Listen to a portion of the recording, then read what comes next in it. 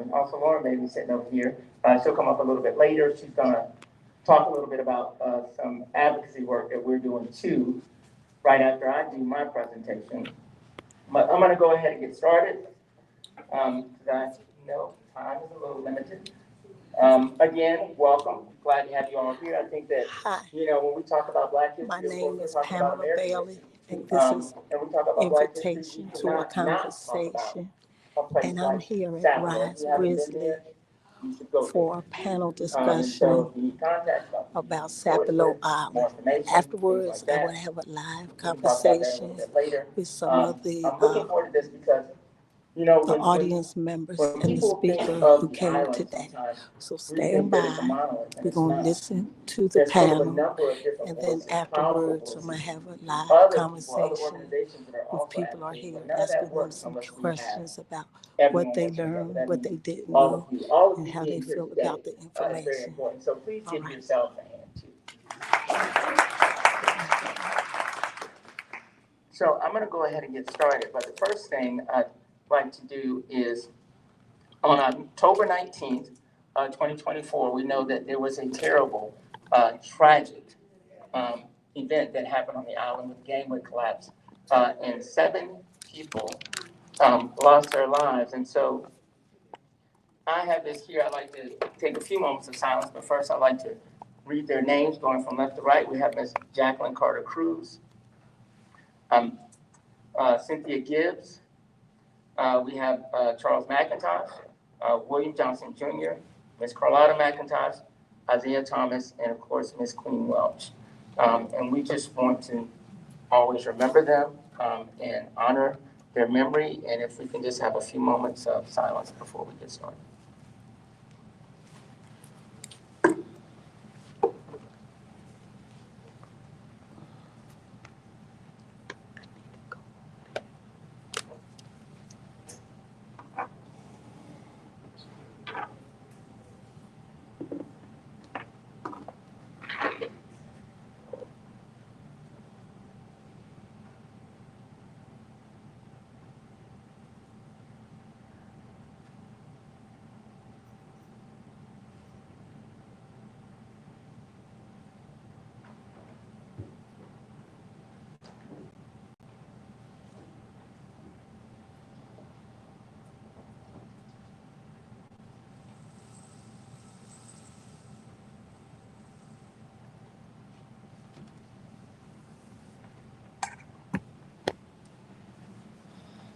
Thank you. Thank you for that.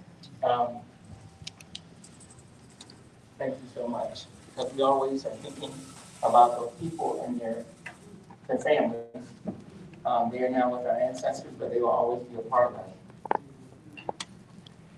After that tragedy, and Lauren Bailey will come up after me, and she'll talk about Sapelo Strong, but she and Al Bailey were very pivotal in mobilizing all of our organizations together, and this is the statement that they had. So yesterday we witnessed an unimaginable tragedy when the gangway collapsed at the Marsh Landing on Sapelo Island. No words can describe the pain we feel, but we stand with our community during this time of mourning. And we just want to always keep those people in our thoughts. This is an incredible picture that I took one evening. I always tell people that Sapelo is a very beautiful and majestic and amazing place. But just like any other place, there are a lot of stories, there are underpinnings, there's a history that's there, and we always have to recognize that history. We can't talk about Sapelo without talking about, the food culture, food flavor. Whether we're talking about, peas and rice or greens or collards or sugar cane, or any of those things, or indigo, all of those are part of the history of the island. And mother, of course. How many people have mother? Okay. If you haven't had it on the island, you need to have it. But this is just a map that shows that Sapelo is a part of the LGBTQ Cultural Heritage Corridor, which is established in 2006 by Representative James Clyburn, and it's just from Jacksonville, North Carolina, to Jacksonville, Florida. And all of the descendants, of course, are the people that are direct descendants of those who were enslaved and brought from Central and West Africa. And this is just a map of Sapelo itself. What isn't on this map is a number of different communities. There are over 15 communities that were on the island. Right now, there's only one that's Hong Kong, and we'll, talk a little bit about, why that is. This is the Katie Underwood, which is the ferry that was named for the last midwife that was on the island. And these are just some words to think about when I think about Sapelo. I think about day claim, the fact that we can start a new day. I think about I Run with Maud, because Ahmaud Arbery was a Sapelo descendant from the Banks family, and it will be 5 years soon since his lynching, since his murder. So we can't talk about Sapelo without remembering his memory. The Justice for Ahmaud movement was a large movement that was started, in case by Sapelo descendants. One of those people being Demetrius Fraser Sr., who was also a descendant and was very close and grew up with Maud, and 4 other gentlemen that were in Brunswick, and we all formed what we call I Run with Maud. And when I talk about the island, I talk about the fact that, there's beauty, there's history, there's culture, but there's also this dark underlying and underpinning. And that's when we talk about the fact that, Sapelo, most of Sapelo was a plantation. People were enslaved. There's always this kind of, story when people think about enslavement. And some history books will say that, Thomas Spalding, who was a large, well-known slave owner, was a nice slave owner. There's no such thing. There's no such thing. I want people to understand that. I want people to understand the resilience and the power of people who are descended, from enslavement, from brutality, from a practice that was so inhumane. There are songs about people, such as the Buffalo, people dying in the fields, and they have to continue and they have to keep working. But I always tell people when I talk about the resilience of people, we're talking about people that are descended from people from Sapelo, because I think about my ancestors. I wouldn't be here if it wasn't for them. The fact that they still maintained family. They still made it through. They still fought through. And that's why I say it's always incumbent upon each of us to think about what we do with the power and the spaces that we occupy. There's something that each of us can always do. This is just a map kind of showing of the transatlantic slave trade that precipitated this breed of enslavement and the inhumanity of people. This document is called the Ben Ali manuscript.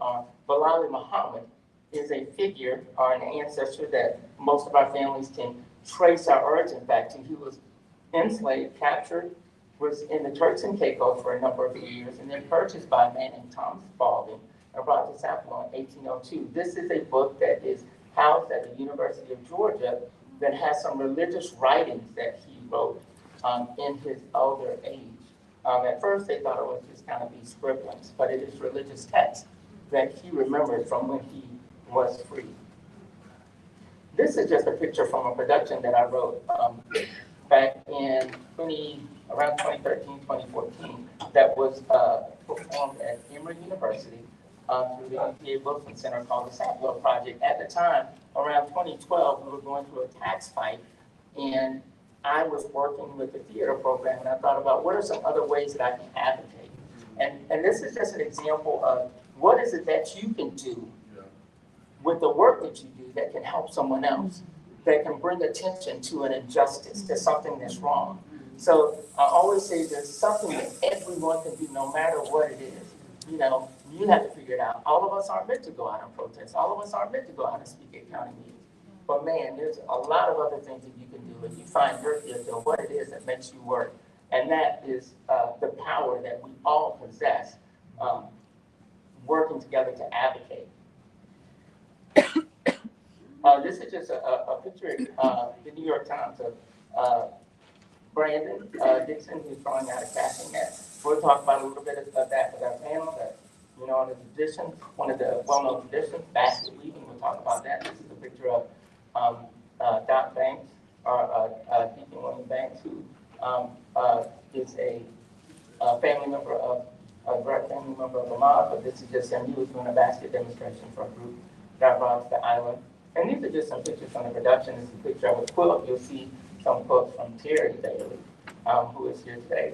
And like I said, you can't talk about Sapelo without talking about the movement from I Run with Maud.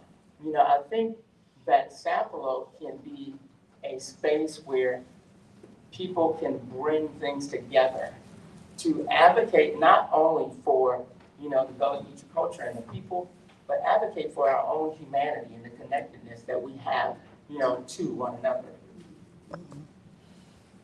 This is just a picture of a plantation, or a former plantation that's on the north end of the island, called Chocolate.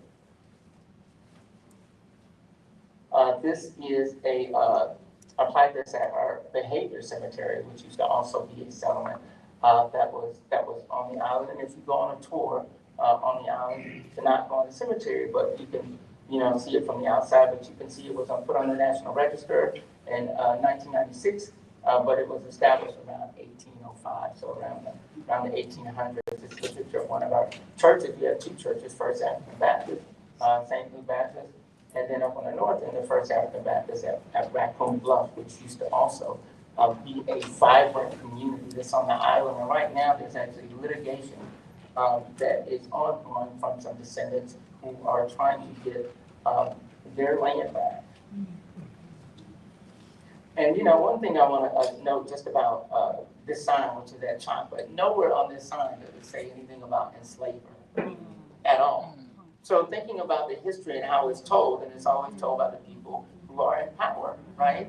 And so that's a part of the problem when we talk about truth-telling and what people should understand about the history, is that they leave things out that are important intentionally. This is, and we're going to talk about this a little bit, but Parliament residents took Commissioner of the Court September 2012, 2023. McIntosh County Board of Commissioners voted to rezone the island, 0 conversations with descendants or anyone in the community. Of course, we started a referendum, and you can see there were hearings. The courtroom was packed, hundreds of people every night, and still the Board of Commissioners still did what they did, which tells us, of course, local politics are important. You got to vote, right? So state and federal are important, but local politics are especially important. If we want change, we got to have different people in office. So, if you're passionate about something and you want to run for office, you should run for office. Or someone who wants to run for office, encourage them, because that's the only way that change really comes about. This talks a little bit about that legislation. We had a petition in order to do a referendum. Over 2,300 voters in McIntosh County signed this petition, even though a judge stopped the election. There is an injunction in place right now. But it just goes to show you the resolve of people. And to get those 2,300 signatures took everyone, not just the people on the island, but everyone that's inside of Darien, inside of McIntosh County. So we're always very grateful for that. From that, we formed the Keep Sapelo Coalition, which had 100 miles, Hog County Community Foundation, Sidecars, Solo, and now we're working with also Allen Bailey Foundation. So, all of us together can make a significant difference. Just this past year, 2024, the Georgia Trust listed our community on what they call the places in peril, just a recognition that we are this endangered community. This is just a picture of St. Helena. And just talking about this stuff is happening everywhere, not just in one place. So it is not just unique to Sapelo. And they have something called a cultural protective overlay. And even with that overlay, they're still up against developers who want to remove it so that they can build golf courses. So they want what they want. And this is just some pictures of the different organizations. We have Sidecar, that's their logo, Hog County Community Foundation, Save Our Legacy Ourselves. Allen Bailey Foundation, and Lauren will come up after me. And these are all the organizations right now that are part of what we call our Sapelo Strong Coalition, which was formed after the gangway collapse, which was really led and created by the Baileys. And Lauren will talk about that a little bit once I get done. And this is a statement that's up on their website talking about a coalition for support and for healing. The thing that people don't think about when they talk about history is that there's trauma with a lot of this. There is trauma that is passed down through generations. It is difficult. When I think about all these fights that we're having for Sapelo, or whether it's St. Helena or any other place, it's historically continues and continues. And so I say that to say that you've got to find time to be able to take care of yourself. You've got to find time to rest. You've got to find time to rejuvenate. You've got to find time to, counseling. People go, but it's true, because this is a long journey, and you have to acknowledge that none of us are superhuman, but working together, we can support one another, but we also have to recognize there's trauma and pain in all of that, and in those fights. Which brings me, just like I said, we formed what was called, or the Baileys helped us mobilize and form what was called Sapelo Strong. This is just a picture of the current library, but it was where the last school was on the island that ended around 1978 in school. The kids went over to the mainland for school. This is just a graphic that I did. When I always, like I say, when I think of a mod, it's not separate from Sapelo, but when I think of the movement of I Run With Mod, it included everyone that's in this room, this entire community, and that's the type of mobilization I think that we're going to need moving forward in the spaces that we are now. It's going to be so important. So I always use the movement for a mod as an example, as kind of this model of what we can do when we're working together. And that's kind of the premise when we talk about whether it's Keep Sapelo BT Coalition or Sapelo Strong, the premise and the power of what we can do when we're working together. This was just a design that was done by some students through a contest that I did with a program called Notice. And it has all these names of people, who have been killed, whether it's by police shootings or racial violence. A reminder that this is a part of our country too, and a history that we need to acknowledge. If you haven't read this article, it's about Brunswick, and it's by Nisha Powell. The town that was home to Ahmaud Arbery has an environmental racism problem. And it talks about the Superfund sites and toxic and hazardous waste sites that are here in Brunswick. And the last thing I'll talk about is that there's a Gullah Geechee bike ride across Georgia team that's here. A group of kids from Brunswick who rode their bikes from Miami to Maine. Whoa. Miami to Maine. And Miss Anita Collins is in here, but she's a coach. I can give you her information if you ever want to volunteer. They have a community ride every month, which was a ride that they had in response to Ahmaud's lynching. And the community comes together and does bike rides, and that's just, a picture there. And so that's it. I'd like to invite Lauren Bailey up to just talk about Sapelo Strong.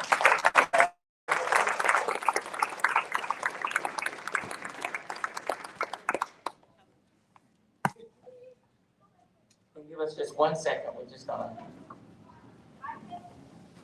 Mm-hmm.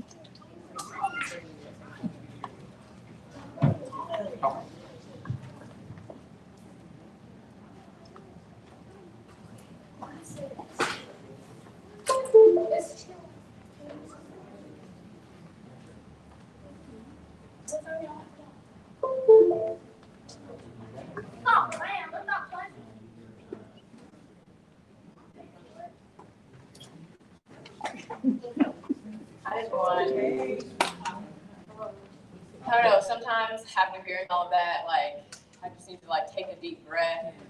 My parasympathetic nervous system just gets a little rattled sometimes, and it's man, just seeing all of that, and you just sometimes have to take a moment, and it's okay. Sometimes you have to stand back.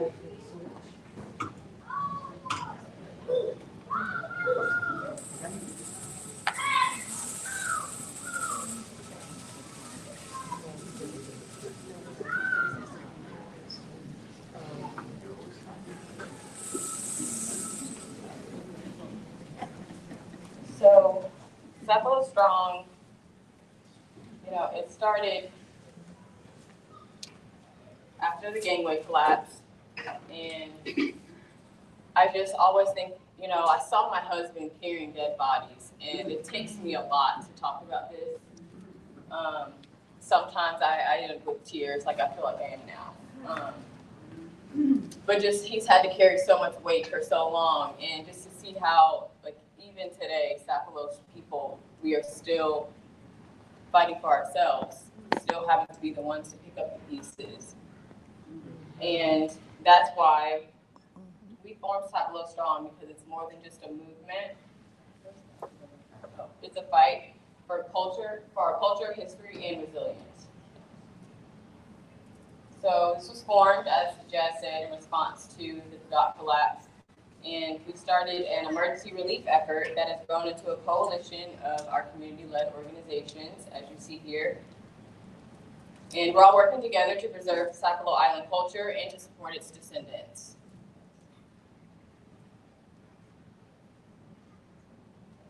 So this is a call to action for our heritage, resilience, and recovery. The coalition is dedicated to rebuilding, healing, and preserving the legacy of Sapelo Island. So why is the Gullah Geechee heritage at risk? Like Jazz has said, our saltwater Gullah Geechee people of Sapelo Island are facing threats on multiple fronts: land loss, economic struggles, environmental changes, and endangering our historic community. Without immediate action, centuries of cultural heritage could be erased, and that's why we all stepped up as Sapelo Strong. So this is a part of our mission. It's to provide a source for direct financial aid to those affected by the dock collapse, and to support heritage education programs for our youth, and lead long-term community rebuilding efforts like the Hog Hammock Community Foundation. We're also advocating for legal protections to safeguard the land and the future of Sapelo Island. And just some information on how you can help. This is where you come in. By donating, volunteering, or simply sharing our message. You can scan this QR code to help ensure the survival of the Gullah Geechee community. It'll take you to the Allen Bailey Foundation website where you can fill out a form on how, if you want to volunteer, if you want to donate, if you want to share our messages and want to receive material that you can share. Please feel free to utilize the QR code at the allenbaileyfoundation.org website, so it will lead you there. You can also visit sapelostrong.org, and that has all of the coalition's efforts, all of the information about all of us collectively. And then if you do click the link on sapelostrong.org, it will lead you back to the Allen Bailey Foundation website currently, just to let you know.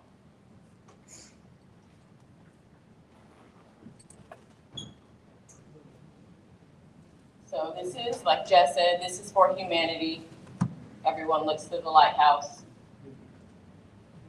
It's for today, for tomorrow, and for Sapelo. So if you have any questions, you can always email us at sapelostrong@gmail.com. And like I said, you can visit the website, sapelostrong.org. Thank you guys.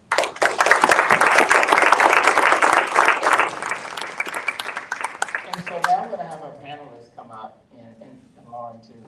And I just cannot say how pivotal it's been to not only have everyone together, but to have, the Baileys back home. That has made a significant difference in really bringing us all together in spite of tragedy as well. Okay. And so our panelists are going to come up. I'm going to let them introduce themselves, so they can just take a few minutes to tell you who they are, and we'll just go from there and just take some questions from everyone. And thank you so much. Hi everyone, my name is Stacy Grosvenor White. I am a descendant of Sapelo Island. Both of my parents were from Sapelo, and I do tours on Sapelo. I make baskets, and I will pass this on to Terry. Hi, my name is Terry Bailey Smith. I'm a descendant from Sapelo. My mother's name is Cornelia Walker Bailey, and my father's name is Julius Bailey. And I learned a lot of my craft and stuff from her, and this and that, and a big mouth not to take mess. And that's my display right there. Some of my stuff are handmade clothes I made by hand and not on a sewing machine, and my dolls.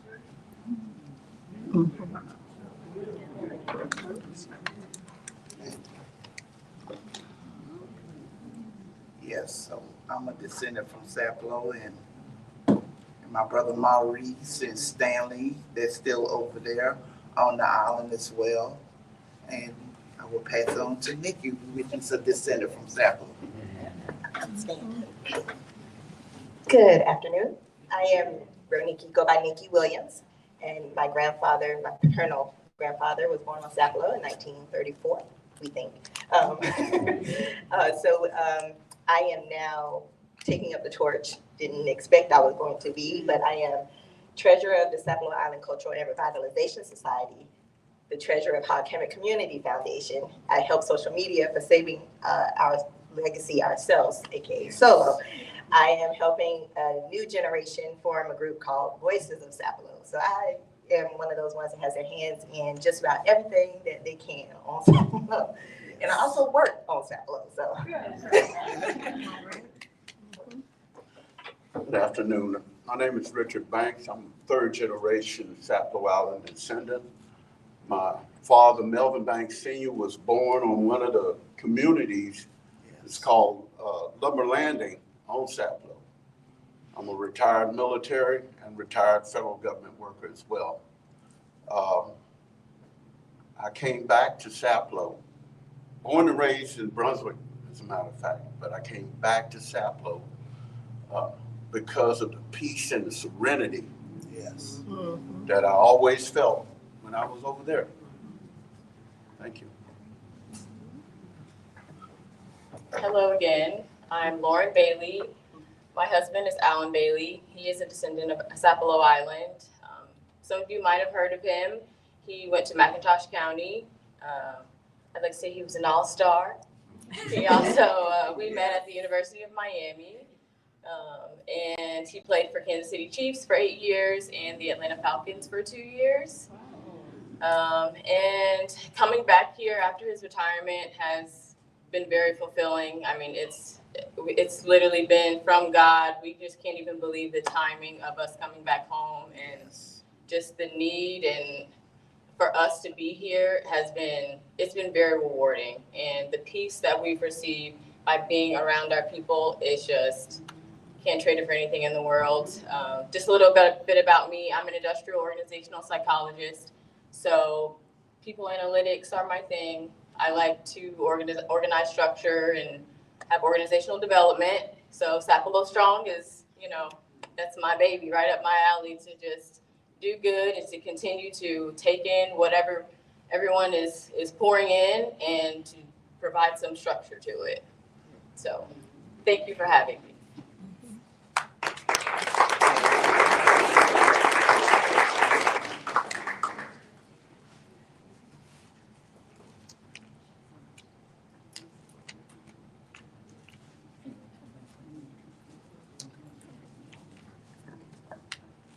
Okay, a little change in our program. Who likes change? Change is the only constant in this life, right? The only constant. So what we're going to do is we're going to go out to Smoke King's truck to get our food. So you just walk up to the window and show him your little yellow ticket, which he don't know about the tickets anyway. And then get your food and then come back in, and then we'll finish the second half of the program and everybody can eat. How about that? Okay. Would you guys like to go first? Or are you guys going to go?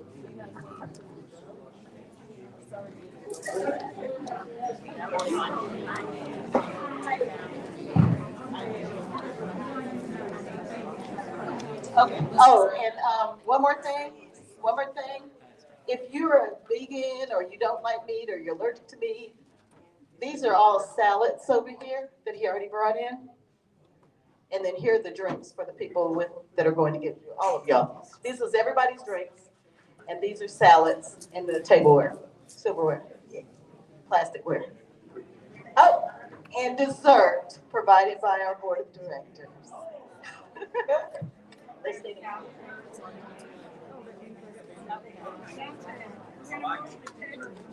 Okay.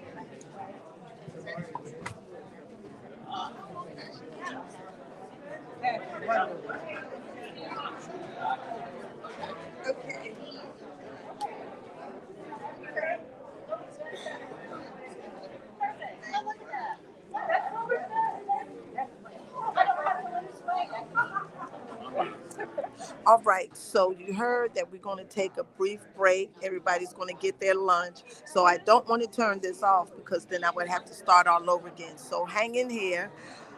We're going to hear the panel, and then coming up next, I'm going to have a brief conversation with each one of the panelists. All right, stand by.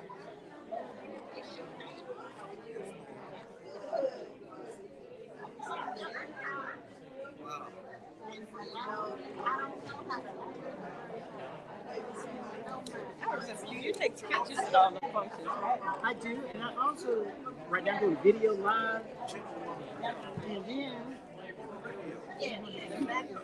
right. So this is another thing besides the magazine. This is not part of the post today. We produce a Black business directory. So you can get this also. Okay. That's yours. Yeah, I've been in it twice. Okay. And also, I think I met you in Jacksonville. Yes. I'm going to be doing a business expo in Jacksonville, July 12th. Okay. All right. I was in a law hotel. Yeah, you met me at the hotel. Right. This is going to be on social media and in your magazine. Is that it? No, it's going to be on your magazine to get to. Okay. All right. This is my friend. You met her. Okay, let me get a picture of y'all also. Like I said, I got another friend. No, she's over on that side. Can you get three of us? Oh, you definitely can. Oh, here she comes. Hold up.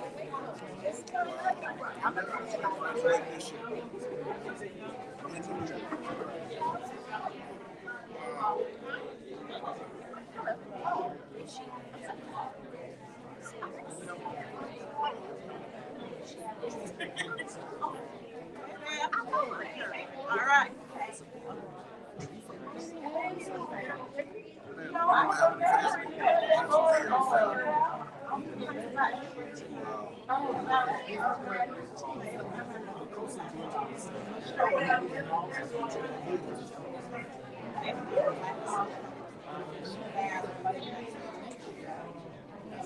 I was telling someone, actually went to the school.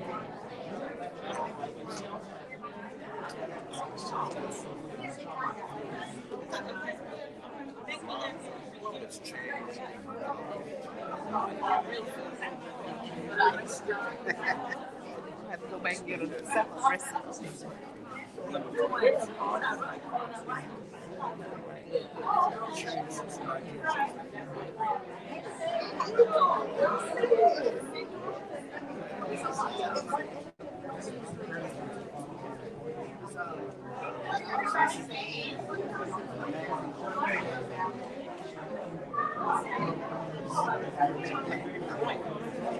I will.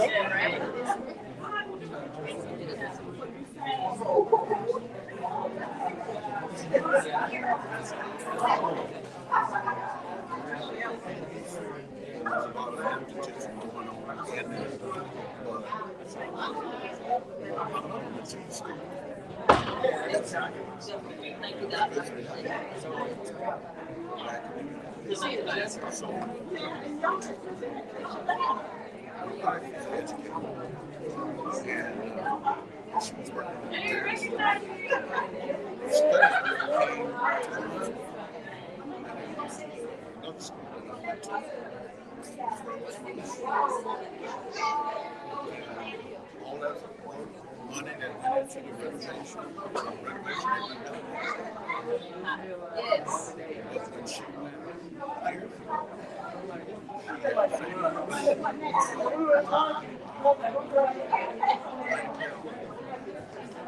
Look, I'm probably supposed to tell her back like 5 more months.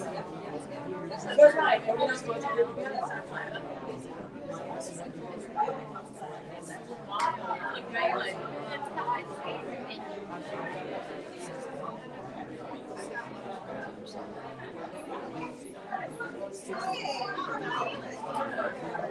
Yes. Yeah.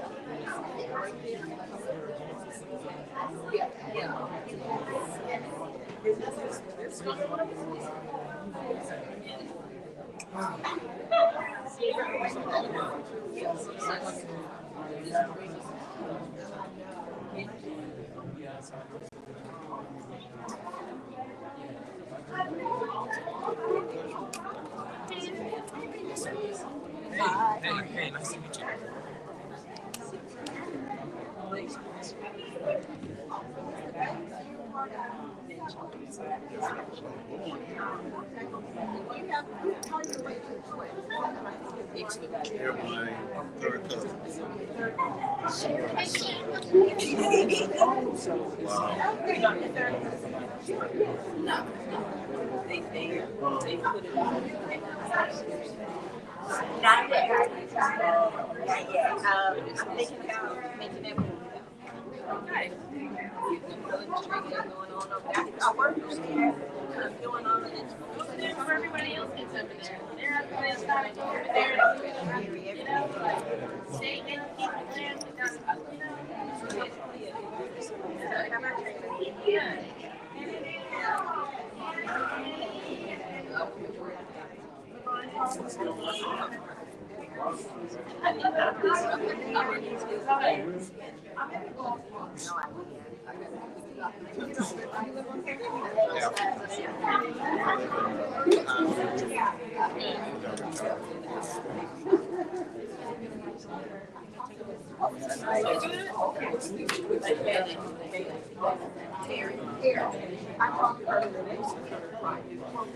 You know, I was so surprised to find out that the leagues were still going. I went to the library and y'all did the, y'all had a state when we had an issue, right? And so I had to come here to the library to sign and give somebody his. They wound up being legal members. So I was like, oh my God. As soon as I said the name, her name was like,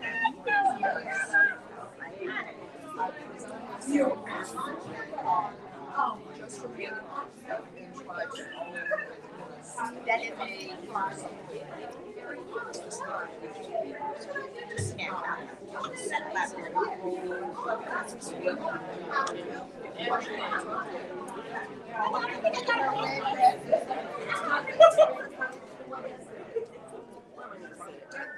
yes, how much are the tickets? Free.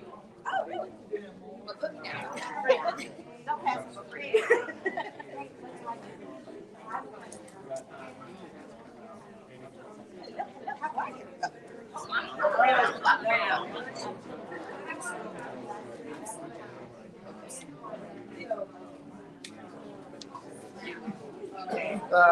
What's up?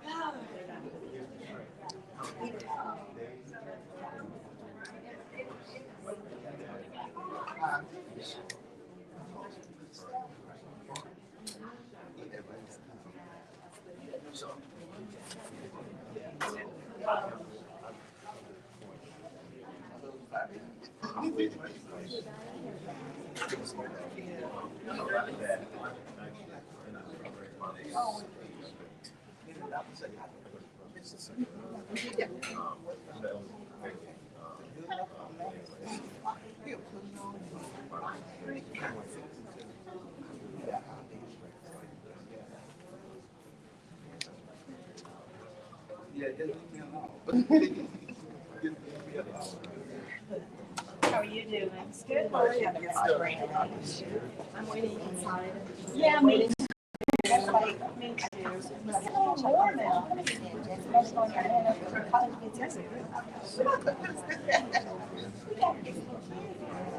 Yes. It's crazy. I'm like, wait a minute. I've been on school for 2 years. So I get there, but you feel that right on the arm. Going ahead and you better be full of now. You probably don't feel yeah. That's the age. Yeah. Right. Yeah, you try to get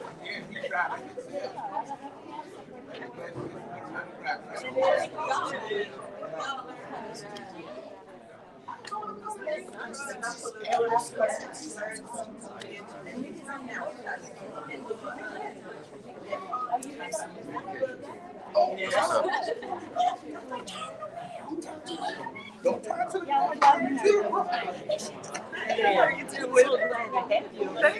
Thank you for coming. Always.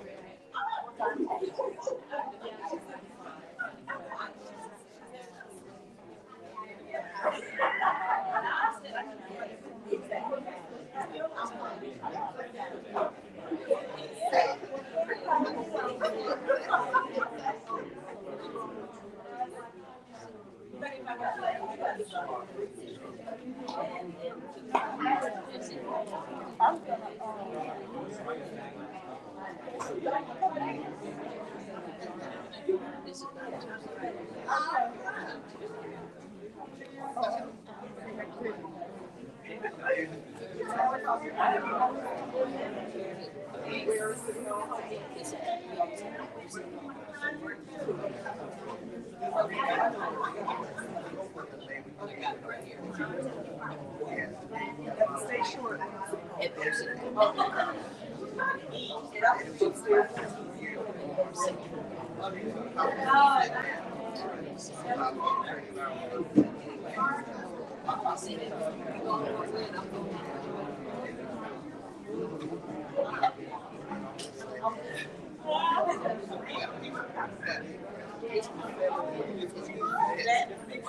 Fix the house up. A good little rental thing. Yeah. Keep the house in the family. Right.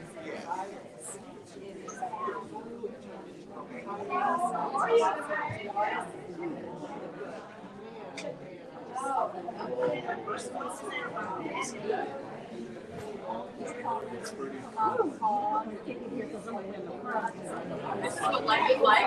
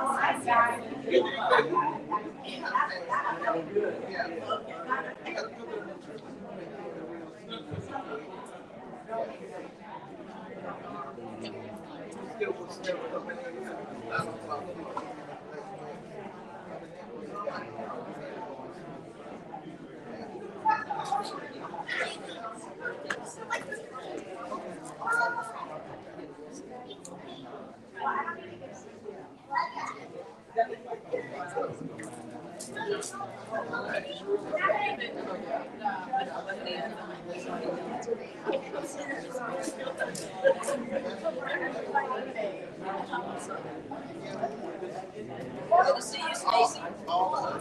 You too, honey. Okay, I'll be right back.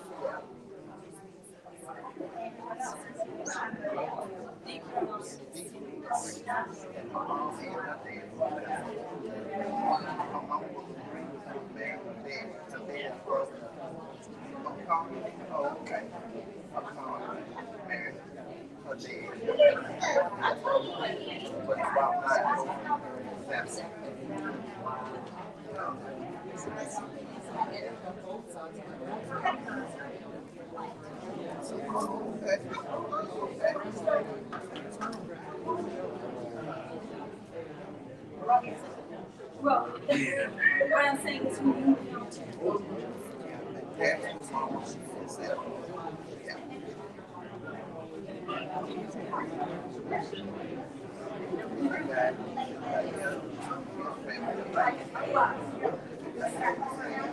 Don't talk me.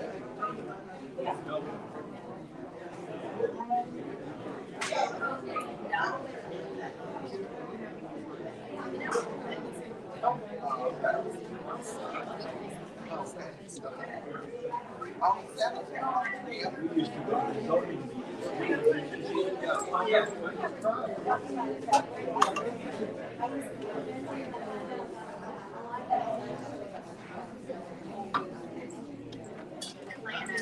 Hello there. yes. Yes. I mean, I've heard you say that. That's one thing you said. yeah, and a lot of people look at it and say, it's like you did it on the shame.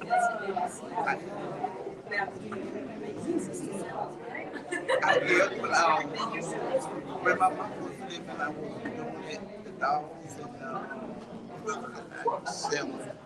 But after my mom had died, spent 7 years out of the it's taken me a lot to get back to the swing of. I got a lot of it cut up. I just didn't put it together. Yes.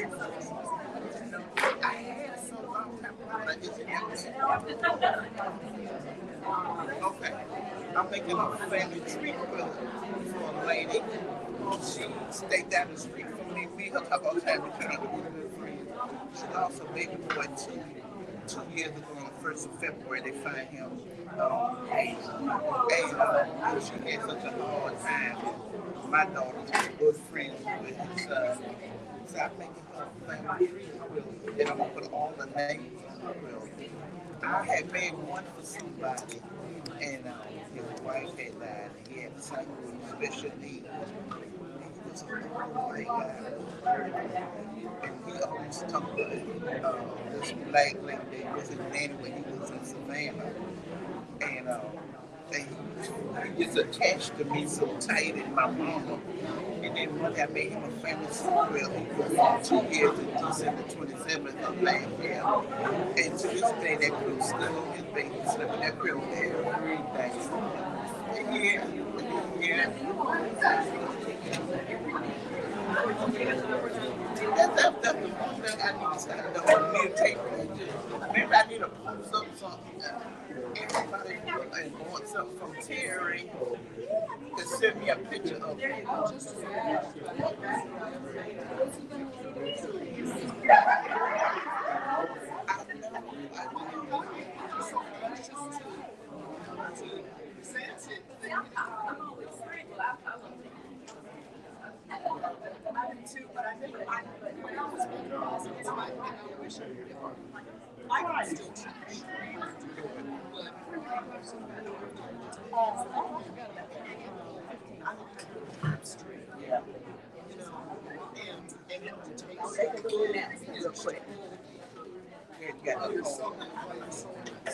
Hello. Whoops.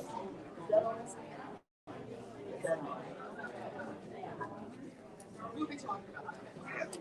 All right. Thank you.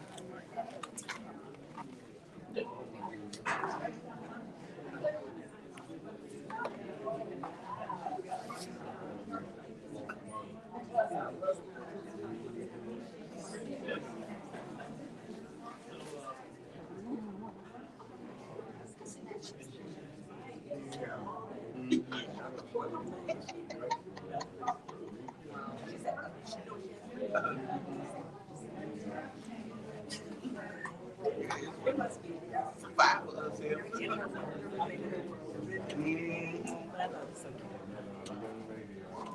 Hello, is this thing, this isn't on. Oh, is it? Okay. Raise your hand if you turned in your little yellow ticket out at the food truck. You didn't? Okay. If you didn't, that's a good thing. Hold on to it till the end. Oh, good. Oh, how do you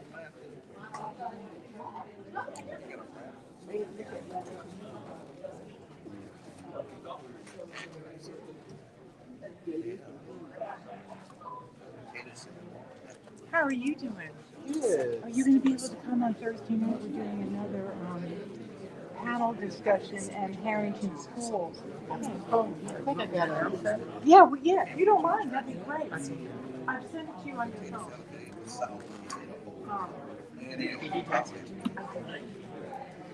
Because what Tanya, again, and Natalie Gibson,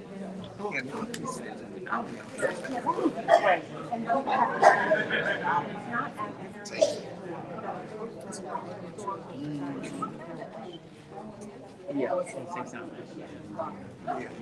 That is great. They actually have to go to program public. I don't think so. Yeah. Huh. I don't think so. Thank you for the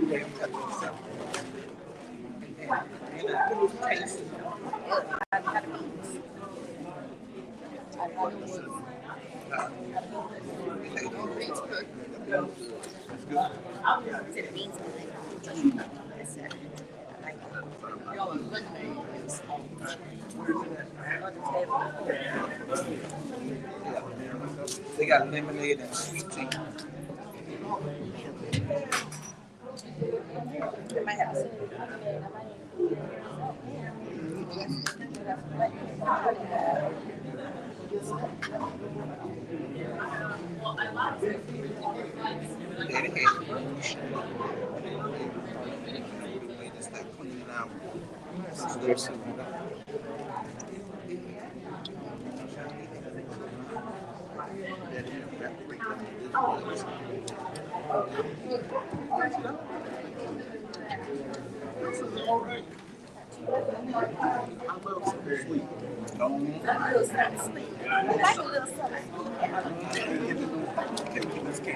Yeah, that's what they should have had on there.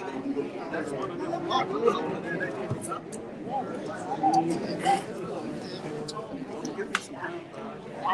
I appreciate it.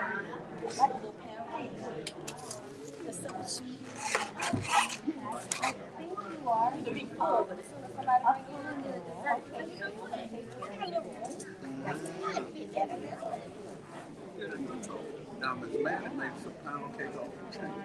Yes, Yes, Lord. Lord. You hit it on the head there. Hit it right on the head, brother. Thank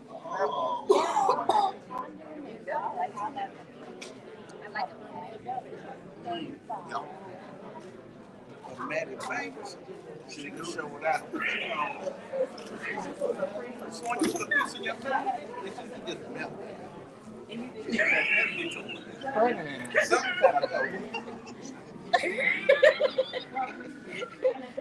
Look at I did on top.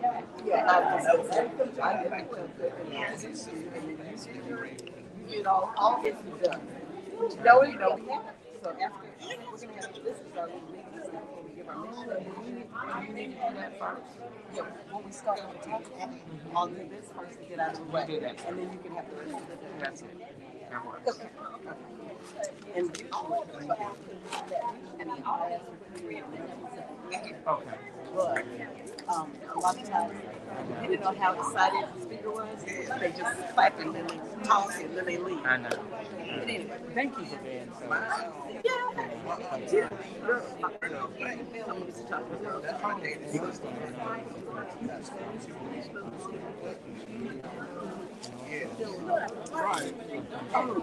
Yes. Sit there. Yeah, me too. I just want to write that down. I might see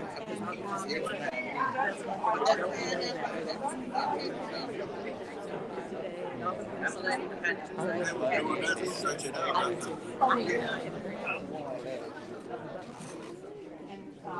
The time is up. Who knows? It's one of the first I was just telling you. So she's gonna do it. So, Oh, y'all decided what's your name? That's That right. was, yes, we're not getting started for a few more minutes. Let's go. and then we'll go. We'll come up, and then we'll. I was really, he was our coach. I love it. Yeah, you know. So that's how I know all y'all were going to do. Y'all come through. I never how yeah. No, let it come.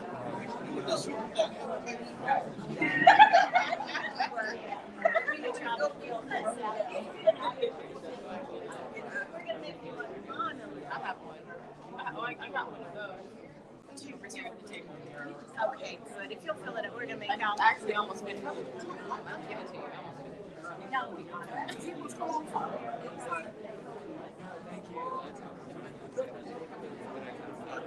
She said it's so she's okay. She said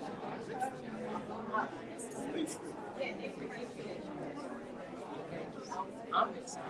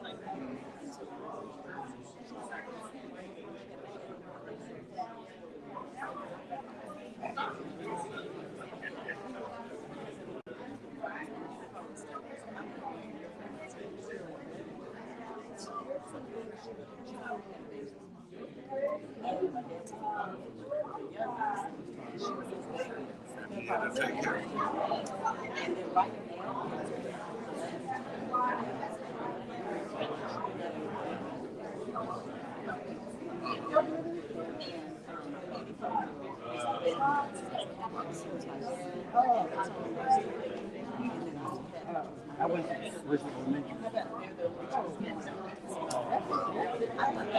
Yeah, I think I went there for just kindergarten only. Yeah, I was there, then I was especially like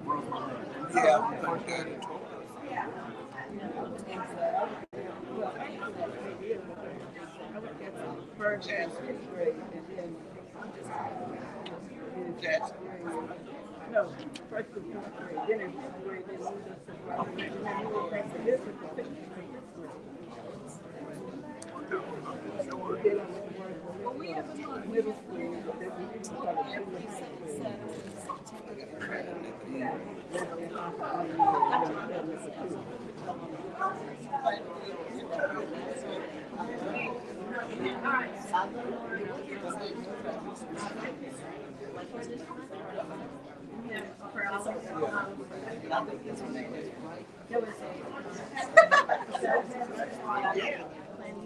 Yeah, because I was telling someone about it, and they went online, and I'm like, yeah, here's my tickets. That's a concert. But they didn't say it yet.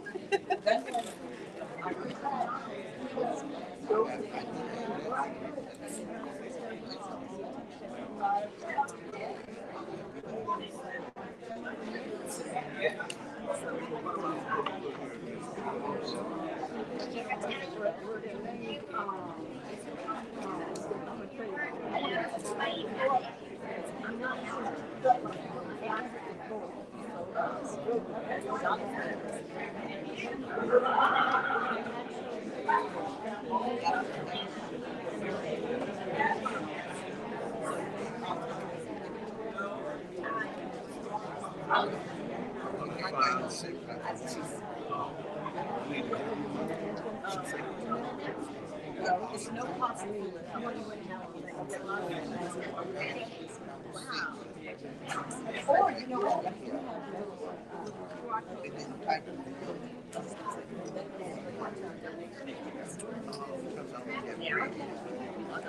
I got to do all that stuff. All this electronic stuff.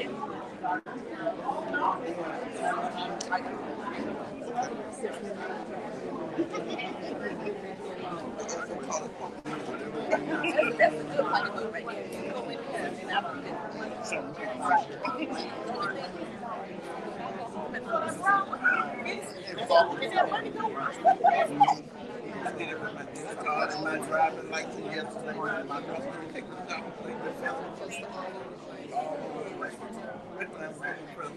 Driving license, my debit card. So I got be so clean when I get ready to take a shower.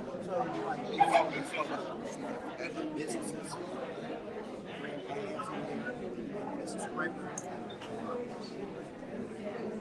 We could do another one like this, like in the keys.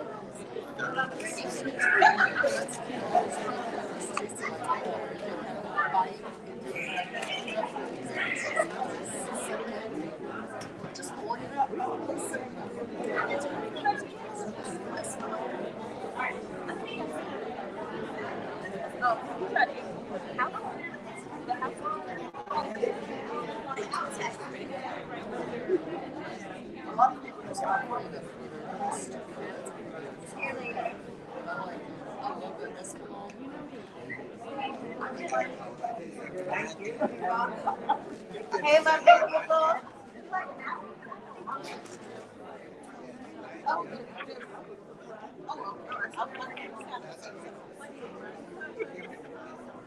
See, this is why we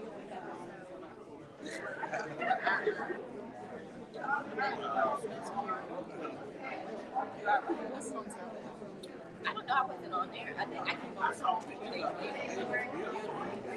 Like when I came over, we still had snow down. And so, like in our yard, it was so Yes, we had some pictures on Facebook. It was beautiful on the beach and down to the south. Yes. that I was so I was up on the island with my camera. Yes. I come up, I said that's the way down my bridge.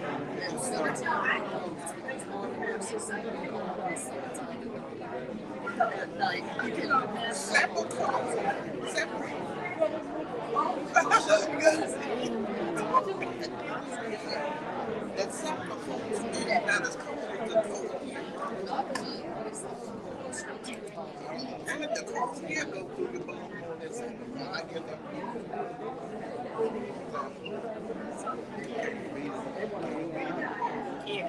Can't be nothing to come down the south. We got up there. I said, well, I can't wait till you get Rain. Yeah. You about to throw that window up and everything. Shut up. There's no crack in that window. They had that bag. Good shit.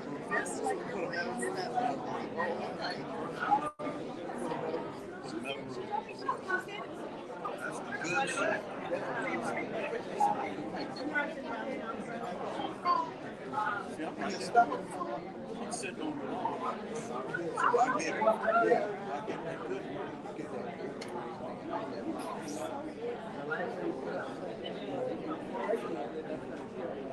I have to take it down and go back.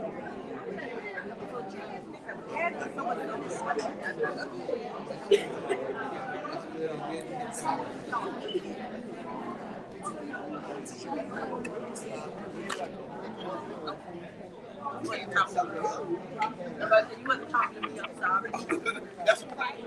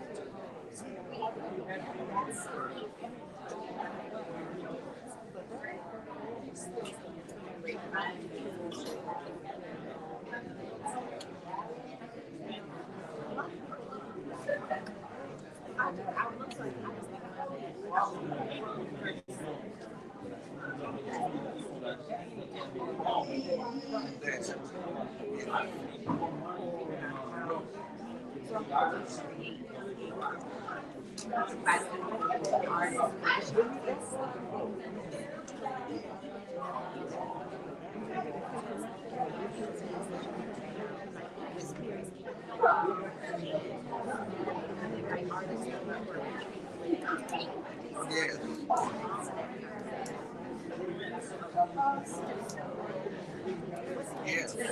Especially because you like the beach and stuff.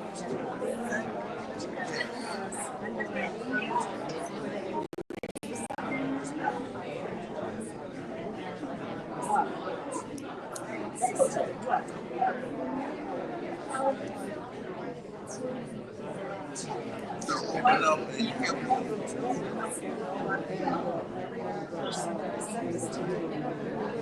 don't look at you like a crazy.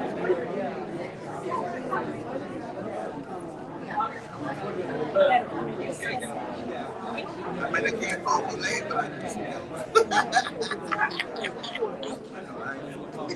Okay.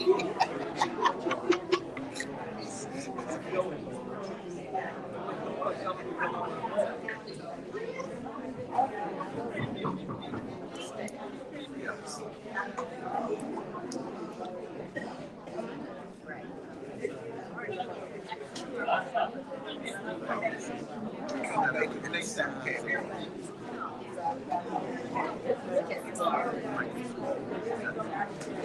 Started off.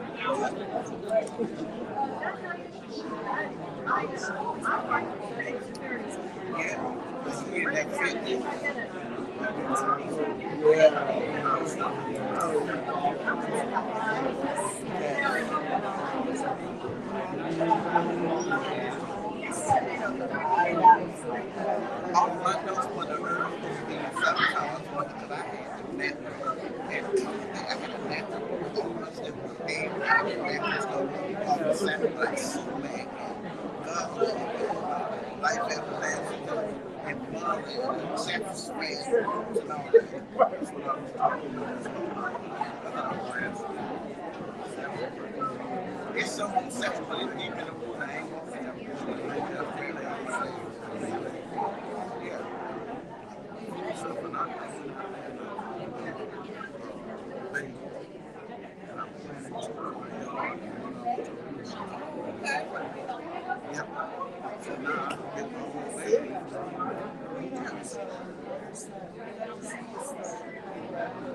And the two things that you want to drink is a breakfast that wrong, and the two things that make it work.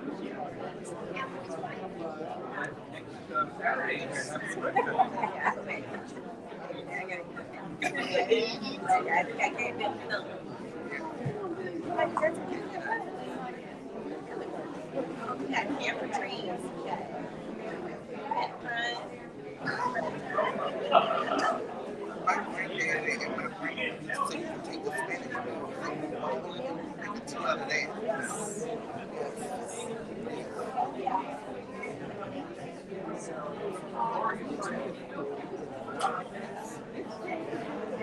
while we live and we remember some of that stuff that our ancestors used to do and write it down so we can remember.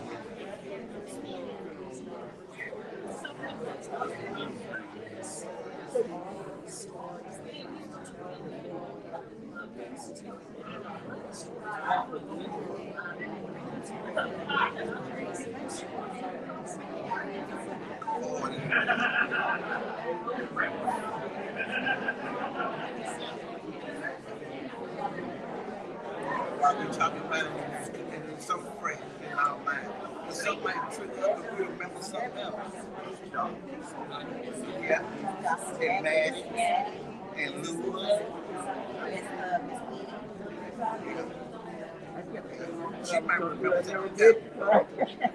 Never get to talking and some trigger up and she might say, I remember my mom and grandma used to do this.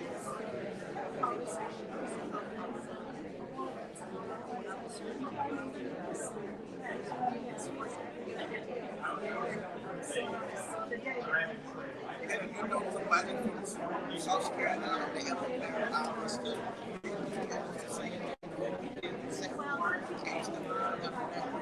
Stuff they can tell us this stuff and play right on what we did.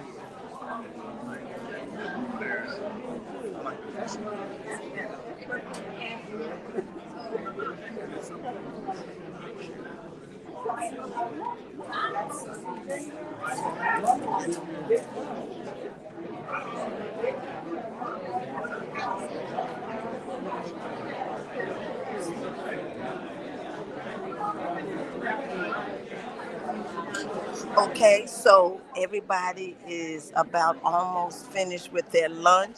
So as soon as we finish with lunch, we'll go on with the panel, and then I'll have a brief conversation at the end, get some information. I'm just talking to those who are just coming in right now.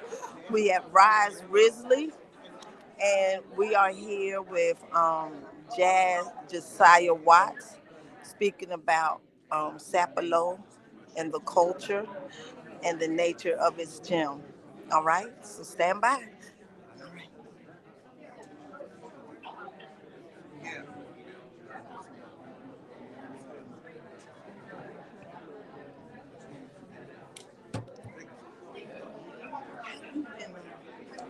Pretty good. Trying to.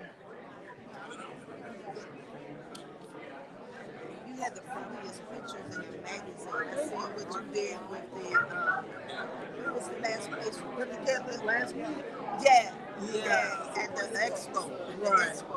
So Yeah. that's kind of what I'm doing in Jacksonville. Okay. But I'll send it. Business Expo. Yeah. Tickets will be $20, $30 at the door, but I can also have all of that.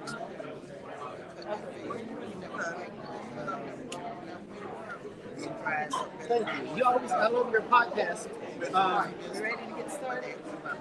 And I saw Mandy the other day. Where's my Man, yes. Yeah. Did her sister do a good job? She is. right? I saw where Alex, Dr. turned 70. Yes. You need to, Dr. She's not coming Is back. everybody almost finished eating? Yes. I know myself. Those are my nieces. All right. I think we're going to resume our meeting now. Okay. And for those of you that come often, you know that we normally do our little members meeting early. I got to talk louder? Oh, okay. Okay. I can't believe nobody ever asked me to talk louder. I got a big mouth.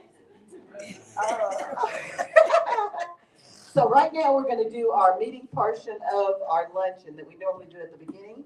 So when you come back, we'll be doing this at the beginning. Okay? All right. So we're going to have our mission and vision statements by Ms. Carolyn. Ms. Carolyn is one of our longtime board members. She's been a board member for probably 6. From the beginning. I know that's right. I'm one of the ones who From the beginning. Okay, our mission statement. The Robert S. Abbott Race Unity Institute was founded to actively support racial and religious harmony, advocate for social justice, and foster relationships between people of multiracial backgrounds.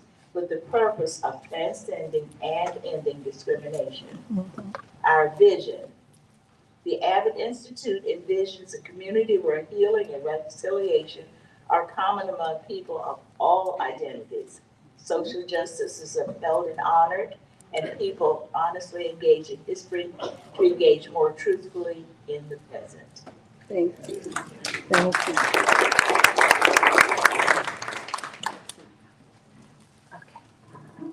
Thank you, Ms. Carolyn. Now we're going to have our inspirational moment from our Vice President, Ms. Andrea Lawson. And Ms. Lawson is going to sit. Oh, Ms. Lawson. First, a few words of encouragement, and then I'll leave you with the inspiration. As we celebrate Black History Month, I encourage you to learn more about African American history, culture, and contributions. I also encourage you to support Black-owned businesses and Black-led organizations fighting for civil rights in your own community. And then I'll leave you with this. There are 2 rules to life. Rule 1, never give up. Rule 2, never give up. Keep going. Rule 2 is never forget rule number 1. You all trying to guess that one. You all trying to help me with that one. I thought it was going to be never, what it was, never quit? Never give in. Or never give in, never give up, and never stop. Anyway, thank you, Andrea. Now we'd like to have a membership report from Donna. She just rolled off the board, but we're letting her help us so she'll roll back on. Wonderful. All right, we have 107 excellent members as of today, although also we have 5 new honorary members. So is that quite well? So today is a great day to become a member or to renew your membership. And to renew your membership, you can go to the abbottinstitute.org online and pay online. What's nice about that is that next year it will automatically renew. Unless you don't want it to, you can just, let us know that way. Or you can fill out one of these wonderful Make a Difference cards.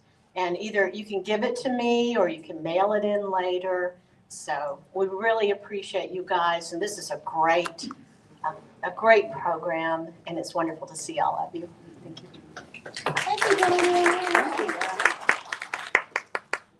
Okay, let's see here. So now we're going to do community announcements. Does anybody have any community announcements? Oh, did you stand up for an announcement? Just I got it right here. There's going to be Memories of Harrington panel discussion, an exhibit that's going to be on Thursday, February 13th at 6 p.m. And it's going to be at the Coastal Georgia Historical Society on St. Simons. I don't know what the exact address is, but it's right next to where the casino is, and right by the lighthouse. So, and Tanya will be on that panel, I believe. So yeah, Harrington community, of course, is one of the historic communities on the north end of St. Simons. So it would be great to come out and to support that. Thank you. At 6 p.m. You have one? There is one, I just know about it from someone else telling me, but next Saturday, you know me with no outside voice, right? Yeah, no outside. Next Saturday at the Ritz Theater, there's a play about the Gullah Geechee. This drama, I learned about it. You buy your tickets at Shekinah Glory, they're $40. Next Saturday at 7 at the Ritz Theater. Where's Shekinah Glory? Where's Shekinah Glory? Yes. Here's the first-time visitors. Please fill out if you're a first-time visitor on this thing. Do we have a pen to send it? Ma'am? Oh, okay. You know about the date of the Harrison, Yes. today at Harrison School?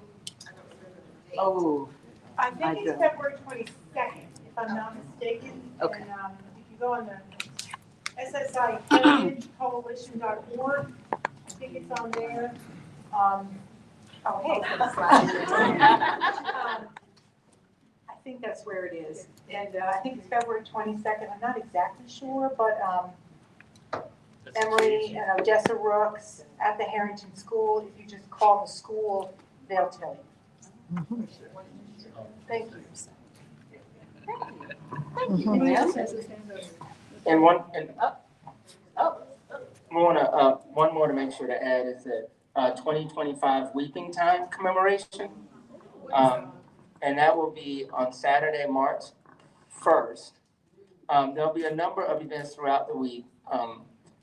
There's going to be a program at 2 o'clock at St. Cyprian's, the Episcopal Church, 4014 King George Drive. 3:30 p.m. there'll be a dedication of the Weeping Time Memorial at St. Cyprian's Episcopal Church, Weeping Time Park, same space. 4 to 5:30 p.m. There'll be a reception at the church parish house. And Queen Mother Eunice Moore gave me this, so I'm sure that we can get the information out to people. And then at 6 p.m. there's going to be a candlelight vigil that will be at the formerly Butler Island Plantation, 7777 Butler Island Road. And the contact information is St. Cyprian's 1876 at DarianTell.net. But we'll also make sure that we can get the information out to you. Yeah, if you guys email it, we can send out the list. Okay. That's a great idea. Yeah, so. Let me see, there was somebody, who was I talking to? Who was I talking to a few minutes ago? Sorry, who was I talking to a few minutes ago? Many people. That was talking about, but we were talking about Queen Mother Eunice and the Smithsonian. Oh, who was that? Or was that you? Okay, well, you want to talk about that? Here, wait. Okay. She's so modest, you know? Yes, I asked her to bring a magazine when I heard of it.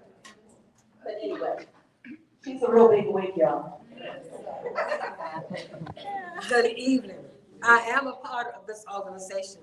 The gentleman that sat by me asked me how many things am I a part of. And I told him anything that has a connection with my people. Exactly. And I am a part of anything that has a connection with my people. Because people, we are the story. That's right. Whatever it may be, we are the story. The Smithsonian Institute decided to wanted to, I don't know the story because they did not give me the entire story, by Butler Island being a rice plantation. I did not write the story. All I did was pose for the pictures. So, well, and the story is written by a lady from Sapelo who is I believe she is the instructor at the University of something, Ohio.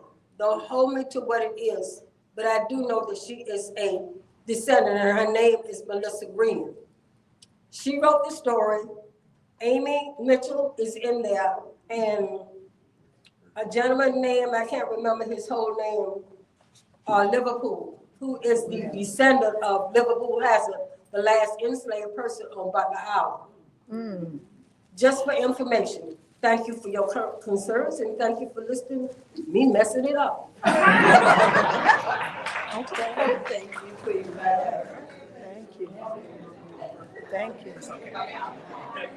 Hi, friends. Good afternoon. Quinn Staples. I'm the Executive Director of the Office of Campus Community and Belonging at the College of Coastal Georgia.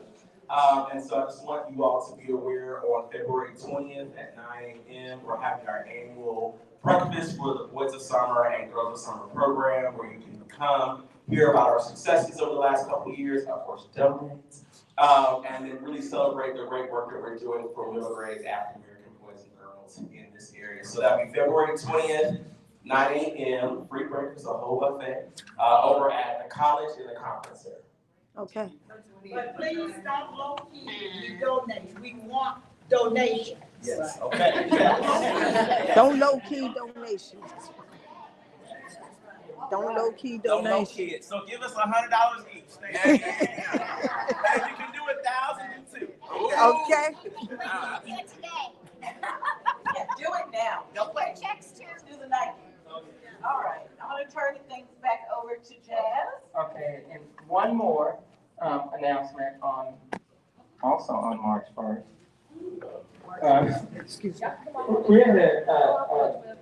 We're doing a Black History program on the island that is sponsored by Sidecars. But you can actually come over in the morning, and the ferry goes back at 12:30. And it's a Black History fundraiser honoring the Sapelo history at the Sidecars Center. 10 a.m. to 3 p.m., but you can leave at 12:30 on that ferry. There's going to be an elder panel, quilt making, story time, a cultural lunch, a Black History costume contest, and more. And you can go to sidecars.org, or you can call 485-2197. But if you go to the website, you can also inquire and get information. And that article that Ms. Queen Mother Eunice was talking about is by in the Smithsonian Magazine. It's called Inside the Struggle to Preserve Georgia's Butler Island, Home to a Notorious Plantation. And it was written by Melissa Cooper, who is a professor at Rutgers, but is also a descendant. So yeah, it was in the February 2025 in the Smithsonian. So it's an amazing article too. It's an incredible read. So, okay. So we're not gonna hold you here all day, but this is the part where we'd like to take some questions from the audience. Oh, I almost forgot. I wanted to also acknowledge that there are some public officials that are in the room. I see Commissioner William Collins, who's with the City of Darien, and also Commissioner Felicia Harris, who's with the City of Brunswick. I want to thank them for being here. I don't know if there are any other, I didn't see any other officials. Oh, and Judge Orion Douglas is also. Yes, he thought he was gonna get away. Am I missing anybody else? I see Mr. Lawrence Polite with the Gullah Geechee. That's confirmed on Thursday in the Capitol. So I'm confirmed on Thursday coming up, so I'm going to announce it after confirmation. Okay, this Thursday at the Capitol? Yes. There's like an event for Gullah Geechee culture. Mm-hmm. Okay. Yeah, we're recognizing the Gullah Geechee Day in the state of Georgia. Okay, so that'll be at the Georgia State Capitol this Thursday. All right, hopefully I have it. Mm-hmm. Yes, ma'am. Council member. Oh, yes, ma'am. Should have remembered that. She's kind of started. She's also a council member, Sister Eunice Moore. All right. Well, questions after all this information that you've heard? Yes, ma'am. I don't know if we have somebody that. There's this guy. I'll yell. Yeah. I'll yell. I wanted to hear. And here comes Latanya. Make sure it's on, 'cause Okay, thank you. I would like to know what's going on now with the ongoing legal struggle to get this land protected. I don't know who to address this question to. Yes. You. So there are two things. The referendum is going to be heard. That case is going to be heard by the Georgia State Supreme Court. We don't know exactly when. We just know that there was an injunction put in place by a Superior Court judge, and then we appealed the case, and the Georgia State Supreme Court has said they're going to hear it, but they haven't given us a date yet. So that's on the referendum side, where you had the referendum election. And then there is a lawsuit with the Southern Poverty Law Center supporting the community that is about due process, equal protection under the law, and zoning and open meetings violation procedures. And that lawsuit is actually ongoing. So there are two legal things that are going on in real time. So we don't know anything yet as far as like, how long it'll take, but we know that the referendum case will be heard sometime probably, in the next few months, but it will be this year. We do know that. Yes. Chad, is there a moratorium on building, or is that still allowed? Yeah, so there's an injunction that's put in place. So the original zoning with the 1,400 square feet is in place right now until the Georgia State Supreme Court hears the case and makes a decision. Thank you.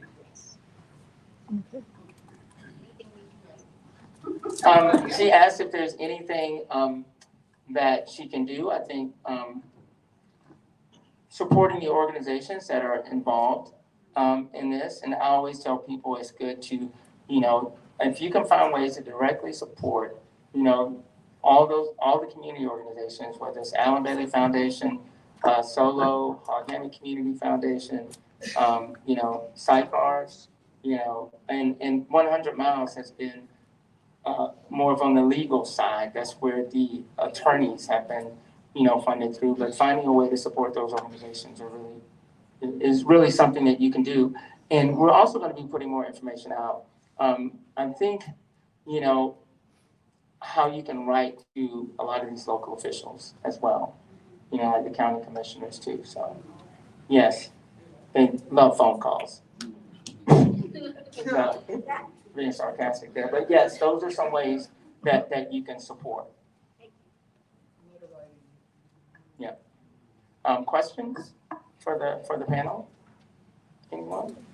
Okay, well, I'll ask a question. I'll ask a question to get us started. How about we start with Terry Bailey? So, Terry, you obviously grew up on the island. Your mom was, Miss Cornelia, and your father was Mr. Julius, so we called him, Frank. Yeah. Can you talk a little bit about how important, what Sapelo means to you? What your parents meant to you and the impact that they've had on your life? Because, these dolls, these quilts, they're yours. So, Yeah, Sapelo is Hold up the mic up to your mouth so that people in the back can hear you. Okay. Sapelo meant a lot to me because I grew up on Sapelo. I grew up from the time my mom brought me from the hospital until I got grown and moved off the island, but I still got Sapelo blood in me, and I'm Sapelo descendant to my last breath. Okay. And it just hurts me a lot to see a lot of our Sapelo descendants get weak and sell their property. They need to get Sapelo strong and get together and keep their property. They got enough brothers and sisters and cousins and uncles. If you don't want it, sell it to another family member of Sapelo descendants. Don't sell it to the other side, and then you get mad because they're building a big house on it. You can't get mad with them. Get mad with yourself because you're the one mess it up. So they need to get it together. Don't sell your property. My mama always said that. Don't sell it. If you need to pay your property tax, lease it. You lease your property, you're making money, and you can pay your property tax every year and still have a little bit of money, maybe take a cruise on if you want to. But don't sell your property because you're selling your legacy. You're selling your heritage. Then when you come home, you got to go and bunk up and stay with somebody else when you had your own. So I hope my Sapelo people and the rest of them stop being stupid and keep their property. Amen. And stop selling it to the ground and keep it in the family. Because if my mama was here, that probably her talking to me now coming out. Because she got a big mouth and she gonna say what she got to say. And so she'll tell you in a minute, don't sell your property.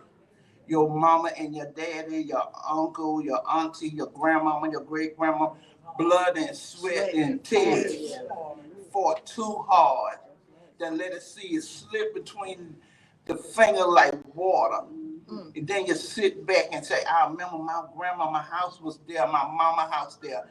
That one you need a slap in the face because you shouldn't have sell it and stuff. Keep it, lease it. lease is just like selling, but you still have your family legacy. When you decide you don't lease it no more, it still be yours. And my legacy is on Sapelo, and we keeping it, and we gonna keep it until the day we take our last breath, and we hope our kids will keep it. And I like my craft, I do, that I learned from my mom, and other stuff I learned from my daddy. It just one generation after another, a lot of stuff I had learned from the both of them, and my grandmama and my granddaddy, and stuff like that. I learned how to make biscuit from my grandmama, not the fancy way, the the the the quick way, back when black folks couldn't afford all that stuff, and they made it and it still was good. And I make mine like that today, and I can make a bowl of biscuit, and my grandkids and my kids and my husband, they eat it up. And I got people call me and ask me, "Can you make some biscuit for me?" And I'll make them biscuits. "Can you cook this for me?" I'll cook it for them. And so I keep my Sapelo tradition going, and I love trying to do for people that I can do. Amen. If I can't do it in finance, I try to do it by trying to lead them in the right way, and talk to them, and any way I can help. Any little thing that you do for somebody, it ain't got to be finance. Anything that you tell them or you do for them, it's a blessing. It's a blessing to them as well as yourself. And it make you feel good in your heart that you did something and try to lead them in the right way, especially our culture. And we got to teach our young people to have respect for our culture and stuff, because that's what's going to have to take on that torch. Because we getting up in age, and life ain't promised to none of us that's older. So we got to pass and teach the torch on to our young generation and pray that they keep it on and stuff. So that's what all I got to say. And with that, our session is closed. She said it all. Did I say that Terry can be straightforward? Just like her mom. And you know, and the other side, and I think the other side too of keeping in mind when we talk about land laws, you know, that there's the other side of that land loss with, just predatory things and predatory people historically. You know, you got to keep in mind there was an amount of time in the history of the U.S. where African Americans owned millions of land, even when we're talking about St. Simon. So sometimes you had people signing things, they didn't know what it was, or things were filed in court. Our courthouses burned down. So they're all those factors are all in one.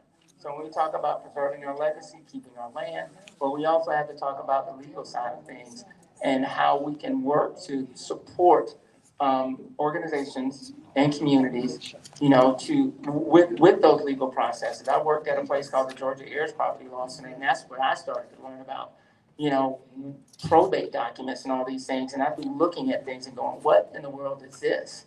And you would see things, and I would always say, just because it's filed in the courthouse doesn't mean that it was necessarily legal. Okay. So all those things come into play. So thank you for that, Terry. Richard, oh, I'm sorry. Well, she said we're finished, so I don't know. That was a joke.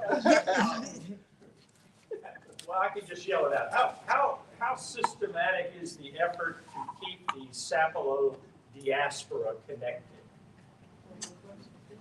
Do you mean as far as kind of within the community? No. He said, how systematic is the effort to keep the Sapelo diaspora connected is his question. Right, so my assumption would be, maybe it's incorrect, but my assumption would be there are generations that have moved far beyond even Georgia and spread out. Absolutely. I would think that would be keeping that, go ahead. Well, there are a number of different factors, right? Well, you can say one, on Sapelo, there are limited jobs. Yeah. Right, so, most of the island is owned by the state. And so if you live on the island, you got to work either for the university, you gave me Marine Institute. our DNR, our signer. So you got to work for one of those agencies. So those jobs are going to be limited. A lot of those jobs just go to certain backgrounds as well, maybe certain academic backgrounds. So most of the people that live on the island that are descendants, a lot of them have to have their own businesses. Like Carrie's family has the Wallow, so they have like a bed and breakfast. They're the Grosvenor, Sharon and Kent, they do tours. Or Yvonne, she does tours. She makes baskets. So they're just I think that the people that are there are doing their due diligence to keep that diaspora strong, but it does take a lot of support, right? To filing for a business and keeping it going, or even to start it up. It does take a lot. It is a significant amount of work. And then when you go up against, I don't know, someone who moves in who's a vacationer, and all of a sudden, they've got all the money and the resources, right? Like, recently we had our community center, which was repaired with ARPA funds, federal funds that the county shut down, turned it into a bar and grill, putting an RFP out. And that was a community space that we had. That was a space where people could have staged businesses. That was a space where we talked about that even after the gangway collapse could have been for triage. That is a space where we could have had, different types of services. And so there is while there is the diaspora that's there and the people that are there are working to make that continue, there is a struggle for it because you have these other forces, that are up against it. And at one instance, Sidecars, which your mom was one of the founders of Sidecars, it was really built to be a land trust. But there were just a lot of different factors, and that's how you end up with something like the Sapelo Island Heritage Authority, which ended up coming, kind of out of these conversations where there just, to me, wasn't enough support, for on the community side of things. And so all of those factors kind of lead us into this situation and space where we are now. And part of the answer is helping to strengthen and support those community organizations, that are advocating. So I hope that somewhat answers the question. I think I'll just throw out what may be an absurd example, but I'm making stuff up. So there's a lawyer out in San Francisco who's a multimillionaire, who is a distant relative of his original people on Sapelo, but he doesn't know about your struggle. Yeah, like how Right. Oh, how do we make those connections? Well, So how do how systematic is the effort to connect with the wider diaspora? Yeah, we have a network between all of our organizations. So, when people, register or sign up to be a member of an organization, we all kind of have this, common pool per se. We're to the point where every day we may connect with another descendant or another person, because the net is wide, but that doesn't mean that, folks can't help if there is somebody out there. I would hope that they would, know that we are here, reach out to someone that's on the island. I feel like if someone reaches out, or it's our experience, that they can easily make those connections. Does anybody else wanna? Yes? I think this past year we had the family reunion for Sapelo Island, and we brought all the families back in that were connected. Folks from Boston, California, places like that. That is our opportunity to bring folks back in.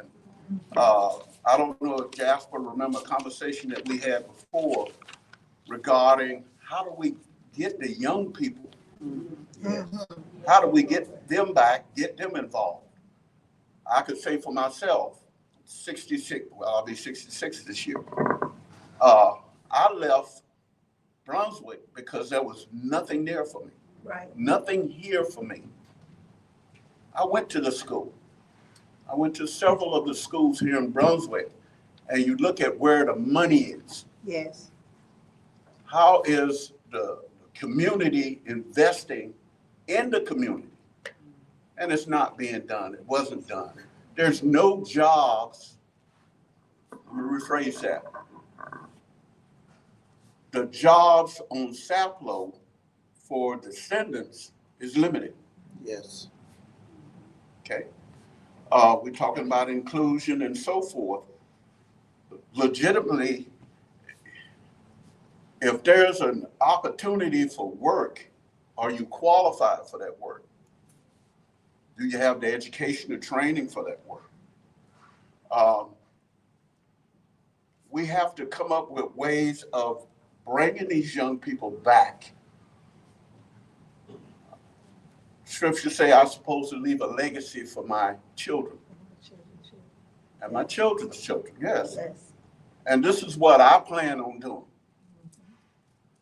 I watched growing up on Sapelo, even though I was born in Brunswick, I watched how the old heads, the older people, community. Yes. If I did something wrong before I got back to the house, Okay. they already knew. knew. That's right. And oh, by the way, they tightened me up right then and there. That's right. And you get it again at home. Then I got it when I got back home. I'm 6 foot tall. My dad was 5'5". He didn't care. Had biceps bigger than my thighs. I learned from him. I learned work ethic. I learned how to fish. I learned how to support my family. I learned about community. If I'm taking an old person some fish, those fish were cleaned and dressed. They didn't have to do nothing. All they had to do was season and cook it. That's right. In the community. There were certain times of the year there was cleanup. Everybody pitched in. Everybody pitched in. And if there was a need, it was taken care of. Yes. This is my heritage. And if we ask, that's a lot of your heritage as well. Yes. Like I said, I joined the military. I served in combat. One issue I have is PTSD. I own property on Sapelo. I inherited some property and I came into some property. I like a peaceful place. I like a place where I feel safe. When I was growing up, I could leave my door open, unlocked. Yes. Didn't have to worry about it. Did not have to worry about it. And now when I come back and what we're dealing with, and don't get me wrong, people is going to be people. Yeah. But when I go to my little hole, my corner, then I have that comfort. I have that peace. I have that security. And that's the most important thing in this world to me. And my daughter, from that age on up, she knows that she doesn't give up that land. I know that's right. It's a land that dirt has value. Yes. It has value. Not only a monetary value, but that's your history. Yes, yes. And that's so very important. Yes. Thank you. Thank you.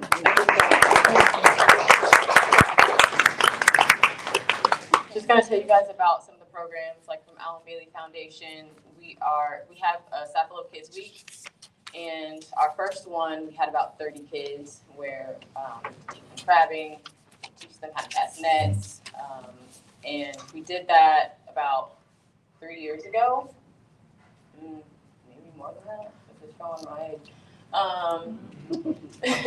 But now we're trying to make it bigger. So our intent is to grow it by double so that we can actually have sand nets, have a loop making class, knot making class, like with Stanley, just to try to bring some of those hands-on activities to the youth and bring them to Sapelo for a weekend. It's their day event, so they go over, during the day, and then they leave before the end. So maybe in the future, an overnight stay would be something that we could facilitate.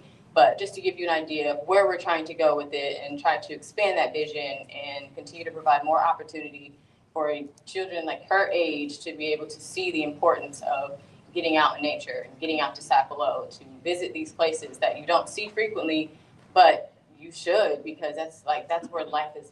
You breathe life into yourself by visiting these places.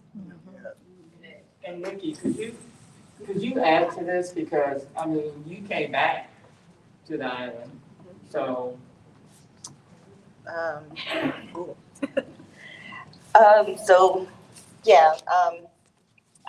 what I call myself a weekend warrior.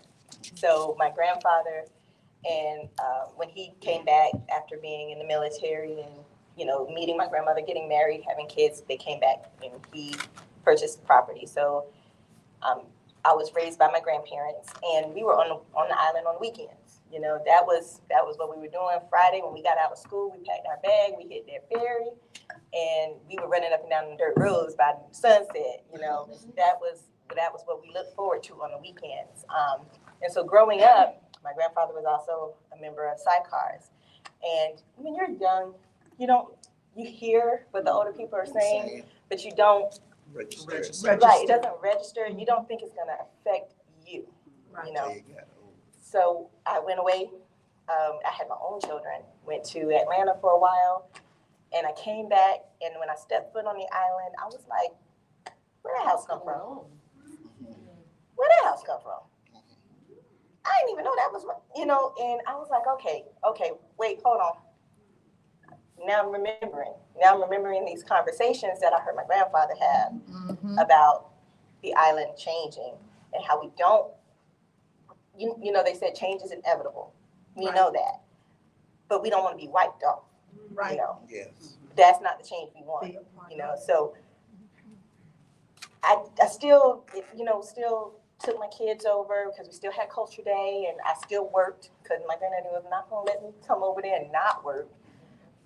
And then he passed, and we going through his estate.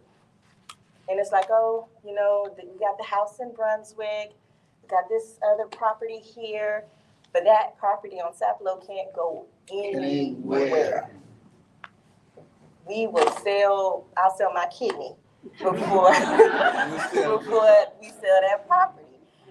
And, when I started taking my children over there and they started asking to go over there, I was like, oh, okay, y'all love it like I did, and even today I have grown children. My daughter is about to be one of them, I don't know, 23.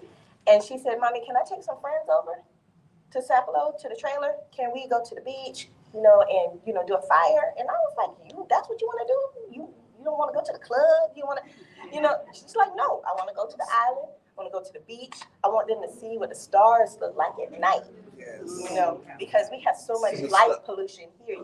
You see stars, but when you go over there, it's like you feel so connected. You realize how connected, how small even you are in this universe, and that's the thing. Now it's like, okay, who else? Whose other children can we get to see this? Because we have Culture Day, so let's do something where everybody comes over on a Friday and we have a bonfire, we have a cookout, and the kids get to meet cousins they haven't met before and have fun and realize that they don't have to have a tablet. Right. They don't have to have TikTok. It's fun. It's fun to have, but we can also have pride in this. Is where I was able to trace my grandparents back to great times 4 on that island. I step foot, I can see a tree that was just a seedling when a relative walked the same land, you know? And you can instill that, and you can talk about it all you want to, but when they see it, when they smell it, when they feel it, they taste it, it's totally different. It changes you. Something in you is fundamentally flipped. Like you just know, I'm connected here. The spirit of your ancestors. I am this island. I am this land. I am this water. I am this air. This is me. And I am my parents, my grandparents. Like, and you think about the struggle. We are resilience as a people. We are the definition of resilience. Because someone in my line, in order for me to get here, someone had to go on the passage from Africa. They survived enslavement. They, post Reconstruction, Jim Crow. That was my grandparents. That wasn't someone I don't know. They survived that. I am them. And I'll be doggone if I'm not going to make them proud. Yes. So, and that is one of the things that the younger, we do have a group that's getting formed. It's called Voices of Sapelo. And it came out of not only the tragedy, but the lawsuits and the referendum and the change in the zoning. And a lot of the younger descendants realize this is going to affect us. How am I going to pay my property taxes on a single wide trailer when a house right there sold for $800,000? Yes. I got a single wide trailer. So how is that going to affect me? How is that going to affect my children if I'm not here and they have this property? How are they going to be able to pay for it? We have to figure out how to pass that legacy on, and our children to keep that legacy so that they can pass it on to their children. And so that's what I think the goal of all the organizations is at the end of the day. We have different missions and other side quests, you would say, but at the end of the day, that is what we all want, is to be able to pass something on to our children. That's not just physical, but they can carry it in their heart, and pass it on to their children and have it forevermore. That is what we want. We want something that they come home and they know that's home. This is home. Because this is where your great parents was, and we're still here. And that's what we're aiming for at the most is to just be the best that we can, give it to our children so that they can be the best and give it to their children. So.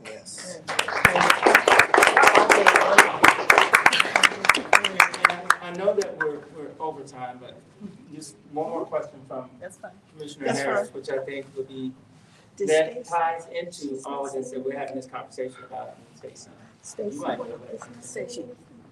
My question is for the entire panel, and even those that may not be on the panel that are from Sapelo or the Sapelo descendants.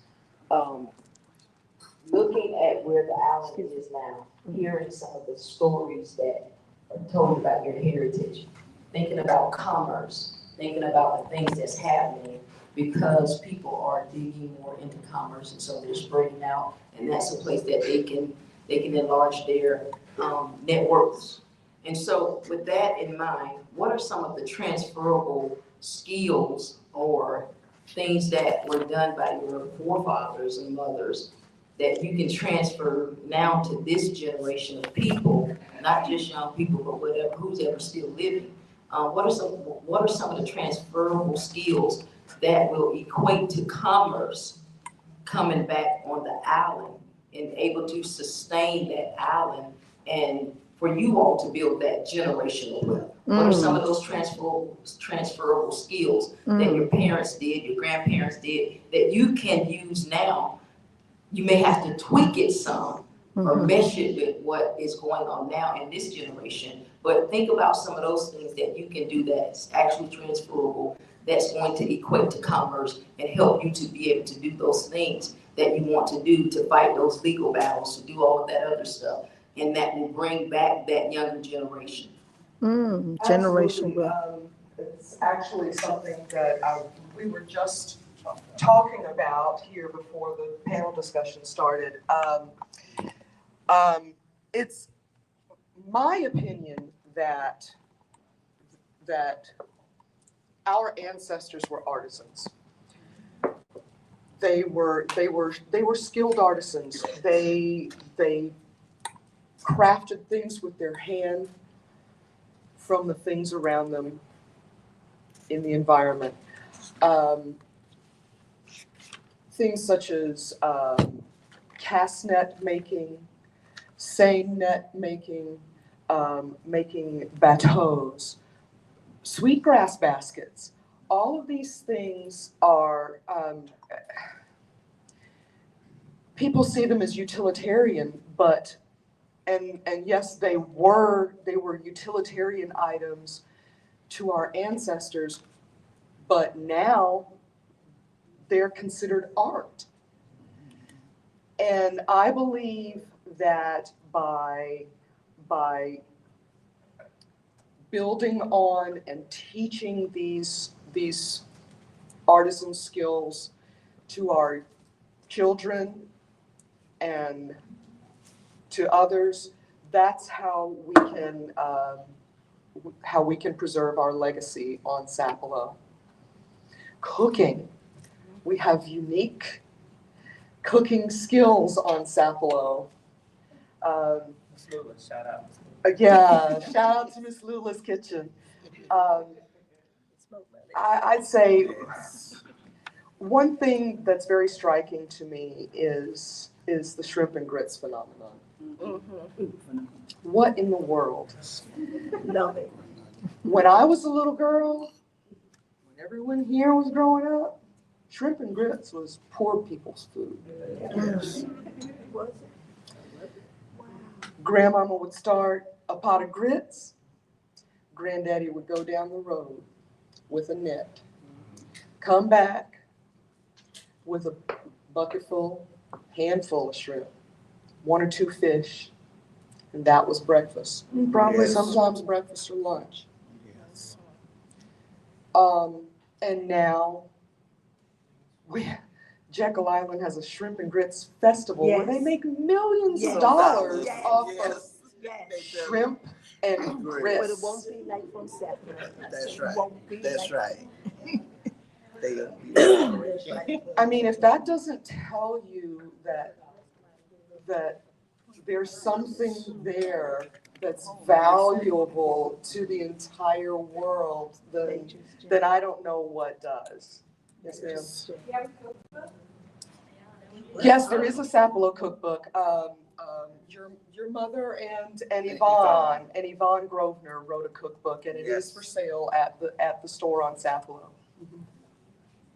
And I can get that information to the time. I know that I think Omar had.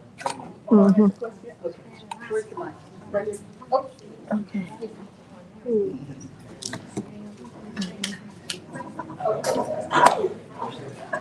Where's he gonna go? Thank you. I won't hold this up. I have a comment and a question. First of all, I just want to thank you all for being here and holding this space. Psychars, Sapelo Strong, Jazz, you're like a big brother to me. You've known me like my whole life. I used to really look up to you. And now I figuratively look up to him big time. I am encouraged to see so many folks with different skin colors, not colors, hues, and textures in this room, because that's a first start, I believe. But I recognize that not all of us have the same interests in mind, so I'll keep it short.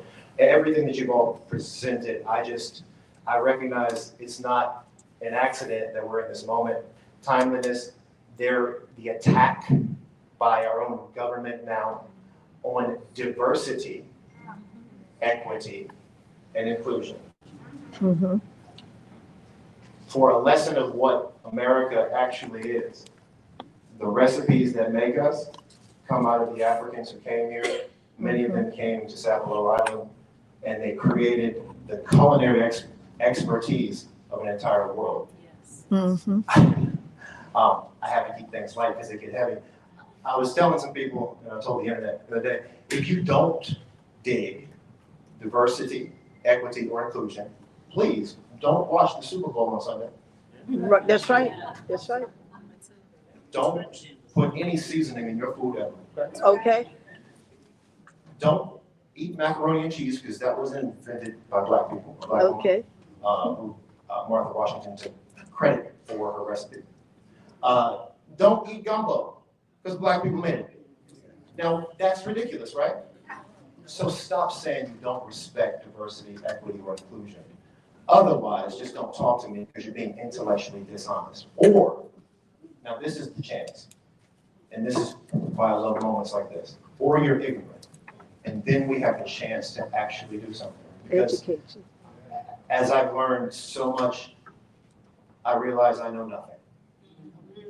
And I had a mentor tell me once, if you really want to learn something, empty your cup. Mm. You come with a full cup, you can't learn anything, empty your cup. Mm. I just want y'all, thank you all for allowing me this experience to empty my cup and hear you. Thank you. Awesome. Always. Always. All right. Ready? Okay. All right, guys, we're a little bit over time, so I'm gonna make one announcement. We're gonna be right back here next month on March 8th.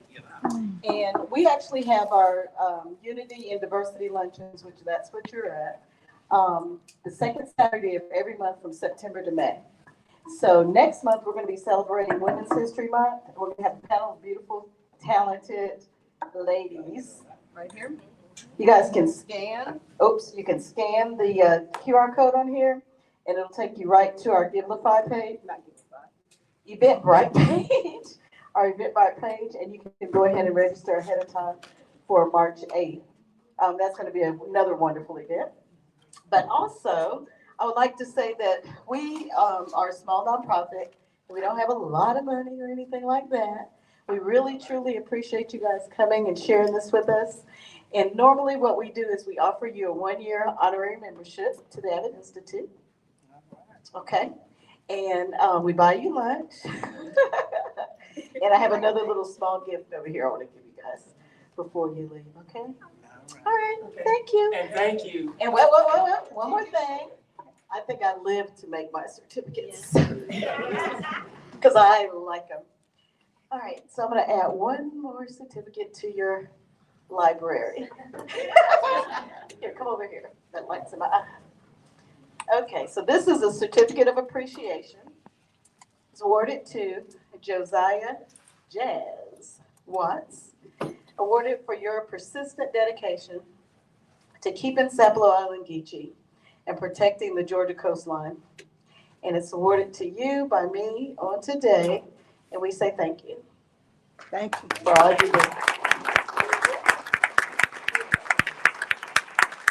All right, so everybody, thank you so much for coming. I hope you enjoyed yourselves, and we look forward to seeing you again. And support Abbott Institute. I mean, we can't do programs like this So y'all gonna unless we have this organization. Okay. And thank you so much. You're welcome. I hope we get to see you again. Oh, you're gonna stay? Okay. You're gonna stay? Yeah. Okay. I'm going to the car right now. Okay. Sir? Yes, it has. And I want to, I'm a vet too. Army. Oh, Navy. Retired first sergeant. Okay, no, I didn't retire. I did 4 years as a radio. But I have a podcast invitation to a conversation that we live right now. And I just wanted to ask you some quick questions about the island and your passion right there. I'm glad you don't take about as a treasure, because I heard your passion. So we can do it quick right now. So tell them your name. Richard Banks. Okay, and Mr. Banks, the people that's on here now heard the panel people talking. There's some people in the background, but you have to leave. My first question is, why did you leave? You said you left for your career, your military. So how did Sapelo change when you came back, and how did it make you feel, the island in its physicality? Well, I noticed that a lot of the houses have changed. There were new, more expensive houses in the area. And just at that time, the taxes had started to go up.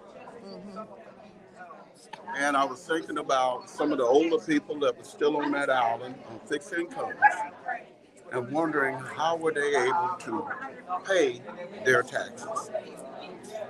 Now, I know that a lot of people are unable to do that. I did 20 years in the military, so I get a retirement check, and then I started working in the private industry, so I'm able to afford it. But when the taxes go up to those amounts, then it creates a problem. It creates a huge problem. So, from my perspective, I want to see whereas the descendants of Sapelo Island is excluded from paying taxes on ancestral land. So can you tell us how much was the basic taxes before they started increasing it? How much was property tax then? In the 70s, it was probably less than $100 for 1 acre of land. Then it went up to about $263 for an acre of land. Then all of a sudden it went up in the neighborhood of $1,300 and $1,400 for some folks for an acre of land. And that's too much. And the houses haven't changed. The ancestral houses hadn't changed. The square footage hadn't changed. Right. What has changed was those new buildings on the island. That increased the property taxes. And so did that cause a lot of, I know one of the panelists said that they were selling their property. So is this one of the reasons when the property tax went up that some of the black people of the descendants of Sapelo moved and they sold their property because of the high property tax? Some of them, I don't think that was the case. I think the biggest thing was that they didn't understand the value of that land. So when they were given an astronomical offer of monies for an acre of land, then a lot of them, because of their income or their status, they sold the land. Okay. And a lot of people do that for personal reasons. They no longer want to come back on the island, so they divest themselves of the land. And my last question to you, Mr. Banks, is how many more generations of Banks are there still on Sapelo? Just 4. Just 4? Okay. Because I know the twins. I went to school with the twins. Okay. All right. Just 4 generations? Yes. Okay. All right. Thank you. Thank you so much. Thank you. I hope I see you around again. All right, so we're gonna, I know it's a lot of talking right now, but it's gonna get quiet in a second. And so I'm going to talk to some other panelists and get their perspective on what they heard today. And I'll get back to you real soon. All right, hold on. So we went to the Capitol on Thursday. Okay, I love you too. Thank you. You're gonna send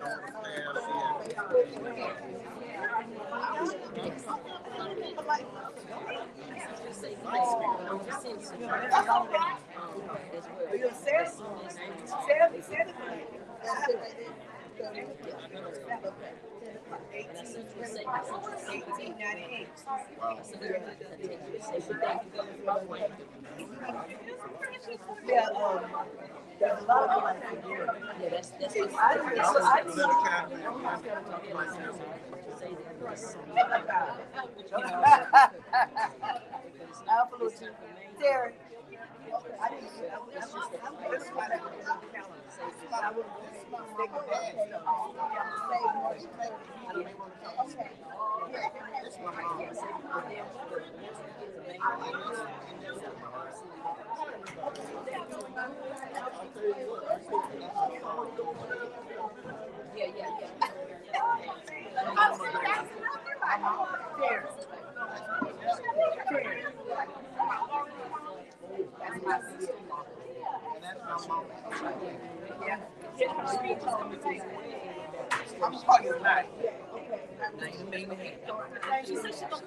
Bless. All right. That is a long. You're not at the outpatient clinic anymore? No, I retired, Okay. about 2 years ago now. Yeah. You know they changed the job. How's that working out? I don't know because I was waiting on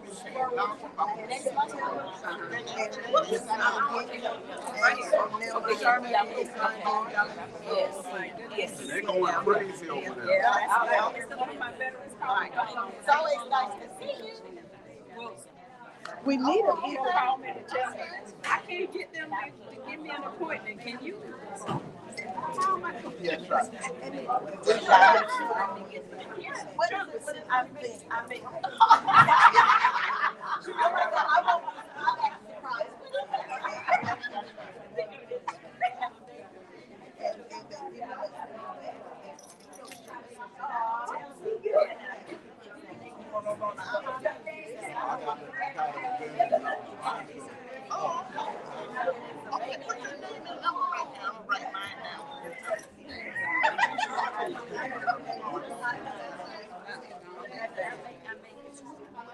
Richard, good to see you. I used to work for the VA. I used to do benefits. Okay. I really enjoyed myself. I said I really enjoyed myself. Okay. Oh, I have.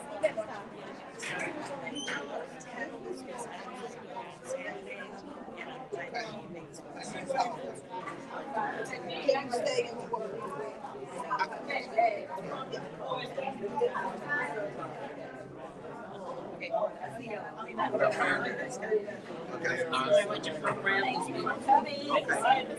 Please come back.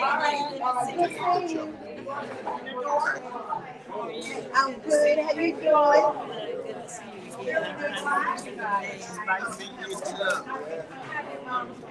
Oh, okay. Yeah. Okay. So you know my friend Jim Gardner? Yes. Yeah. Yeah, he's on the board at the same time as me.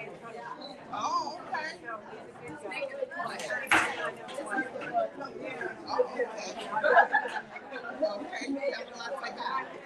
Bye. Actually, I'm gonna take a picture.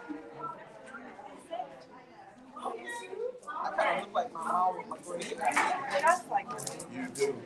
All right. Everybody should think, oh, I'm gonna get my pound cake. all right. Okay, Richard, see you. Bye-bye. I got it. Okay. Is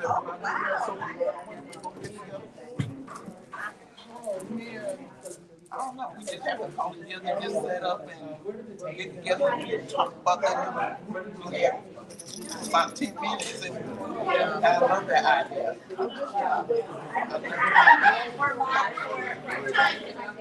So where you living at now? Huh? What school you went to? I like these. What class? I don't know what you from a little girl, but I need your mama back. Yeah.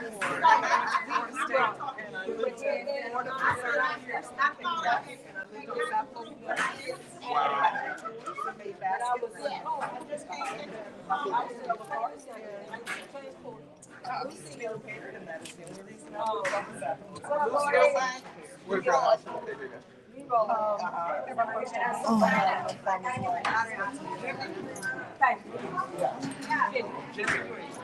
Right. Yeah. I was there, just a small time. I'm gonna call you and talk about insurance. You got well, you got my email. My number's there. Thank you. You're welcome.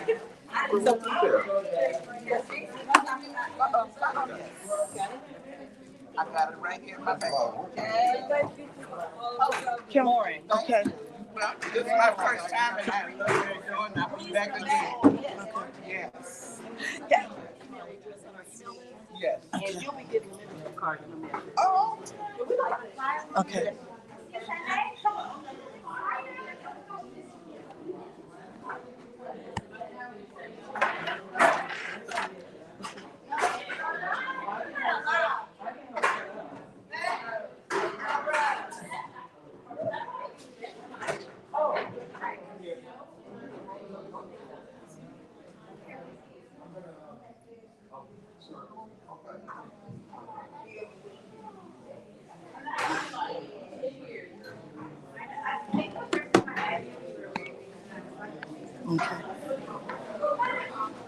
Wasn't my question, Miss Pam? Okay, so You remember meeting me at Miss Nelson? Me and my husband Tony. You can come to Miss Nelson. yes, baby, thank you. How's he doing? When I see you came in, Miss Nelson. How you doing? I'm doing fine. How's your husband doing? He doing fine. He kind of sick. We got heart issue, but other than that, he all right. He's still Okay, here. Terry, right? Yes. Okay, so come on. We have Miss Terry. Come on. We live. So we want to talk to, let them see you. Okay. And they can see you. They don't necessarily have to see me. So tell the people that's just coming on a short synopsis of the Nature's Gym of Sapelo. And you talked about the culture and the generations and the voice of Sapelo. So you can tell them. Yes, the voice of Sapelo is our heritage, our self that living now, as well as our young generation that want to pick up and take over for us to keep our legacy going of our island and our land. Like I say, don't sell it. Lease your land.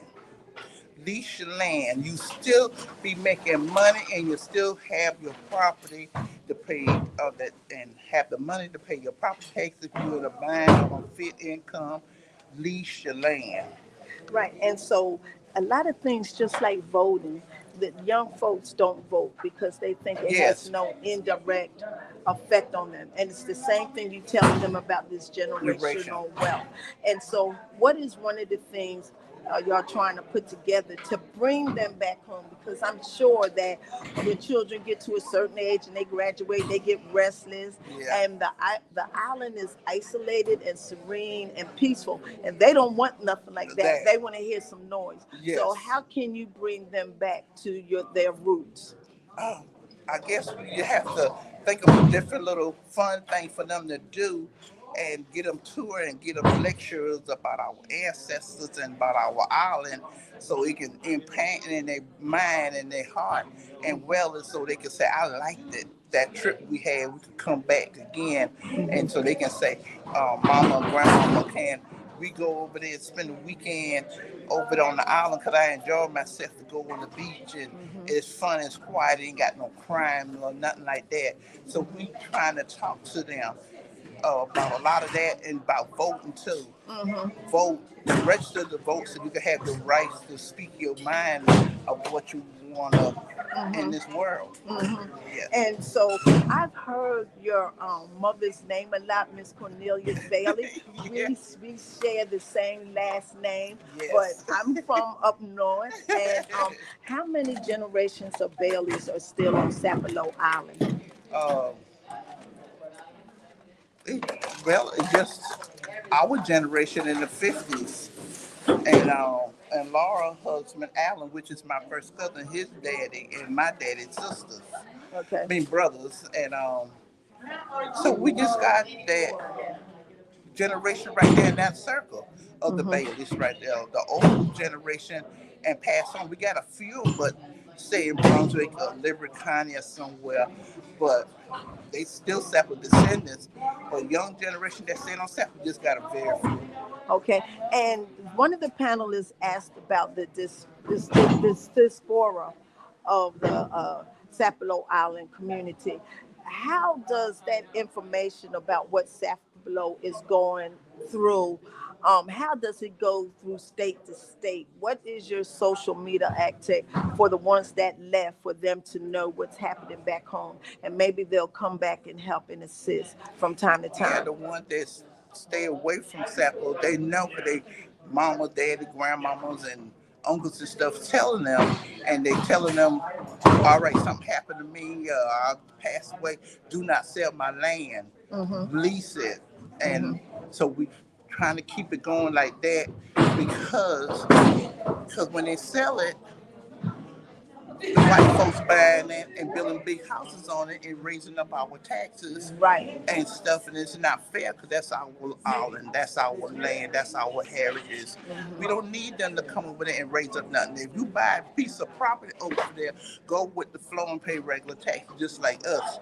Don't raise up the tax because you want to be greedy and buy take $1 million house over there, Yes. and it causes everybody else's taxes to go be up. greedy and want to build a big house over there and want to raise up the tax because you want your friend or your son and daughter to come and buy such and such to build another big house over there. Then after a while it'll be gone. If we don't get it together, these minority gonna have a bridge coming over on the island. We ain't gonna have no use of our ferry no more. But my last question to you is, tell the people a synopsis of who your mother and your father was, and what era did they grow up on Sapelo Island? My mother is Cornelia Walker Bailey, and my father is Julius Bailey. They call him Frank, from Sapelo Island, Georgia. My mama was raised up in Belmarsh. My father was raised up in the Hall Common, closer in the Hall Common community, and my mama the one started the Culture Day Festival in her dining room to her table in her house, and she been one of the founders with South Cars and got that started profit organization. And she started SOL, Solo, Save Our Land Ourselves, started from Cornelia. Okay. Yes. So my baby brother Maurice, he more like a business person, and he keeping it up going, and he catching the hell with the people over there, a lot of them and stuff. But I tell him just ignore it and keep on going, because that's what your mama doing. She give them hell and kept on going, so you do the same too. Thank you for remembering me, and yes. Recently. So thank you so much. Good seeing you again. And you take care. You did an awesome job. Thank you. Thank you. Okay. Stand by. Our next person that's coming up is either Nikki Williams or Stacy White. All right.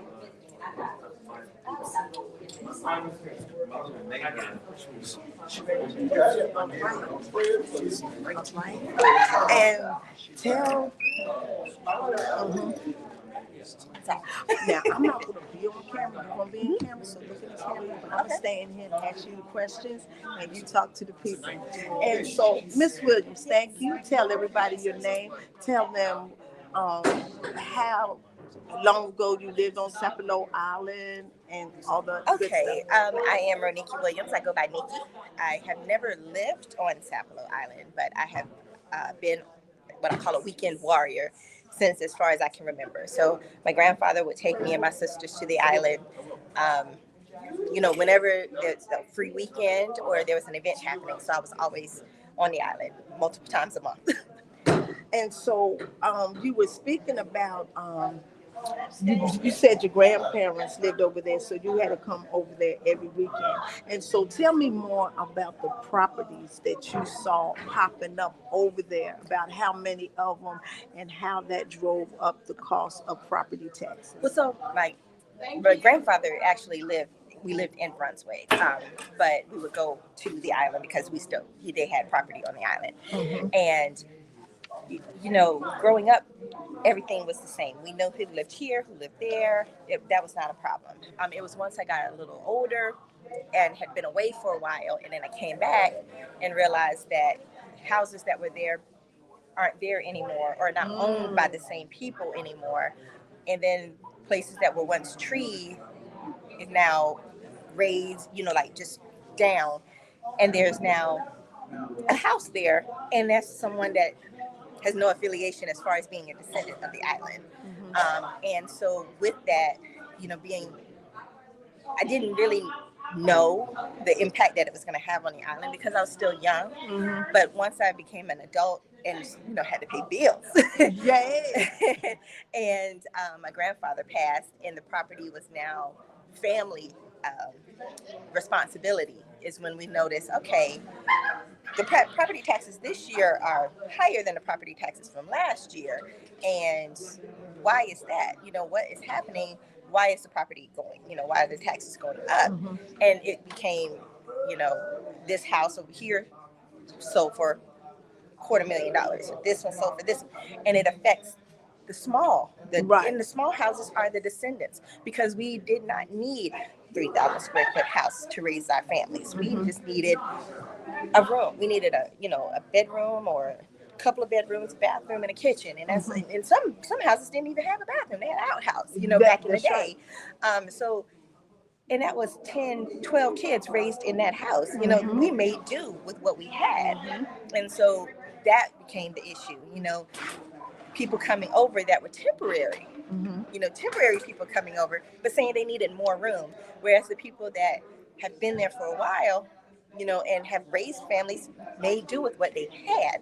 And because we keep it simple, then it feels like we're being punished, because now I have to pay higher taxes, but my house is I still have this little 3-bedroom, 1 bath, or whatever house, where this house over here is on stilts, and it has this and it has that, and there's a Range Rover parked in the driveway, kind of thing.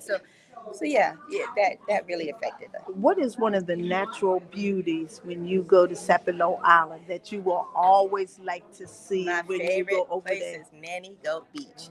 There is no place like that beach. Say that name of that beach again. Nanny Goat Beach. Okay, tell us about Nanny Goat Beach. There's no place like that beach. When I was younger, that's where they used to pull the seine nets. So that was my first time seeing a shark, a turtle, because all the men.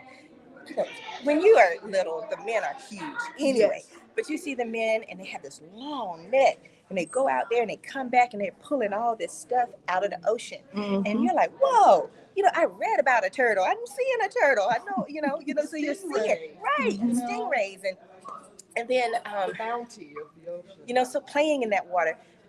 And there's a contrast when you grow up in Brunswick, because when you think about the beach, people go to St. Simon's, right? And Memorial Day, all of that, you just so many people, so crowded. And then you go to Nanny Goat, and you can sometimes walk on that beach and not see a single person. You can walk on the beach and pick up whole sand dollars, things that you don't get in very busy beaches, too much foot traffic. So at night, like I said, the stars are absolutely gorgeous. It is nothing like seeing a full moon over the water. That is absolutely gorgeous. And that's one of my questions. You spoke about the stars. Yeah. How many stars? Because in Brunswick, we don't see no stars. How clear do you need a telescope? Are they like they're falling stars? So tell them about the sight, the natures, because you call it nature's gem. So let's talk about the nature of it. When you look up at the sky, it looks like someone God took a push pin and just. Yes. It's just it's totally dark, and then you see all these white little. Some are brighter than the others, and you're like, oh, I didn't even know I could see this whole constellation. I'm not the best astronomist, right? But I know that the Big Dipper's here, the Little Dipper's there. Oh. What is that? And I'm like, these are stars that I, never thought about, and you will see everything, there's that sometimes that you can see a shooting star and you're like, oh, I never saw that before, because you get kind of here, you take it for granted, because you look up, you can see the moon, you can see an airplane, you gonna see, but there you see the entire galaxy. Yeah, you feel like it's infinite. You just look up and you're like, stars here, stars there, stars back there, stars are everywhere. And my last question for you is, you spoke about Cultural Day. For anybody who's never been there, tell them about Cultural Day, so if you ever have it again, they'll be excited about coming over to it. Cultural Day is usually held in October. I believe it's the third Saturday in October, and it's sponsored by the Sapelo Island Cultural and Revitalization Society. And it is everything that you can imagine about the Gullah Geechee culture. You will have net making, basket weaving. There's so much food, so much food. You know, you're gonna get your smoked mullet. You're gonna get your barbecue. You're gonna get shrimp and grits, pound cake. You know, yes. The shouters will come, and that's a traditional call and response that they involves the crowd. The energy is electric. It just feels so. It's a welcoming of everyone back home, because everyone likes to come back for that. So we welcome everyone back home, and we welcome people that have not been here. Hey, thank you for coming. Enjoy our culture. It takes something away in your heart that that we love. You know, so that's the main thing. Thank you so much You're for welcome. that. And next coming up is Miss Stacy White. Hey, Miss White, how you doing? I'm wonderful. How are you? I'm good. While you were speaking on one of the panels, I took some notes so I can ask you directly what you talked about. And the main thing that you talked about, I would like you to tell the people that's just coming on. We talked about the projects, the economics, what kind of jobs, what kind of businesses are over there, and what kind of businesses would you like to see over there. And then we're going to talk about the cookbook and the shrimps and grits. Yeah, those delicious shrimp and grits. Yes. So, and everyone has their take on shrimp and grits, you know. Right. Some have a brown gravy, some have red gravy, some put I bell just peppers, made a and white some gravy. say, ooh, no, bell peppers. I do mushroom and onions if I'm really so feeling good. Yes, but like I said, shrimp and grits used to be poor people food. It was not a delicacy that you went out to a restaurant and got. Shrimp and grits was something that your grandmama put a pot of grits on in the morning, and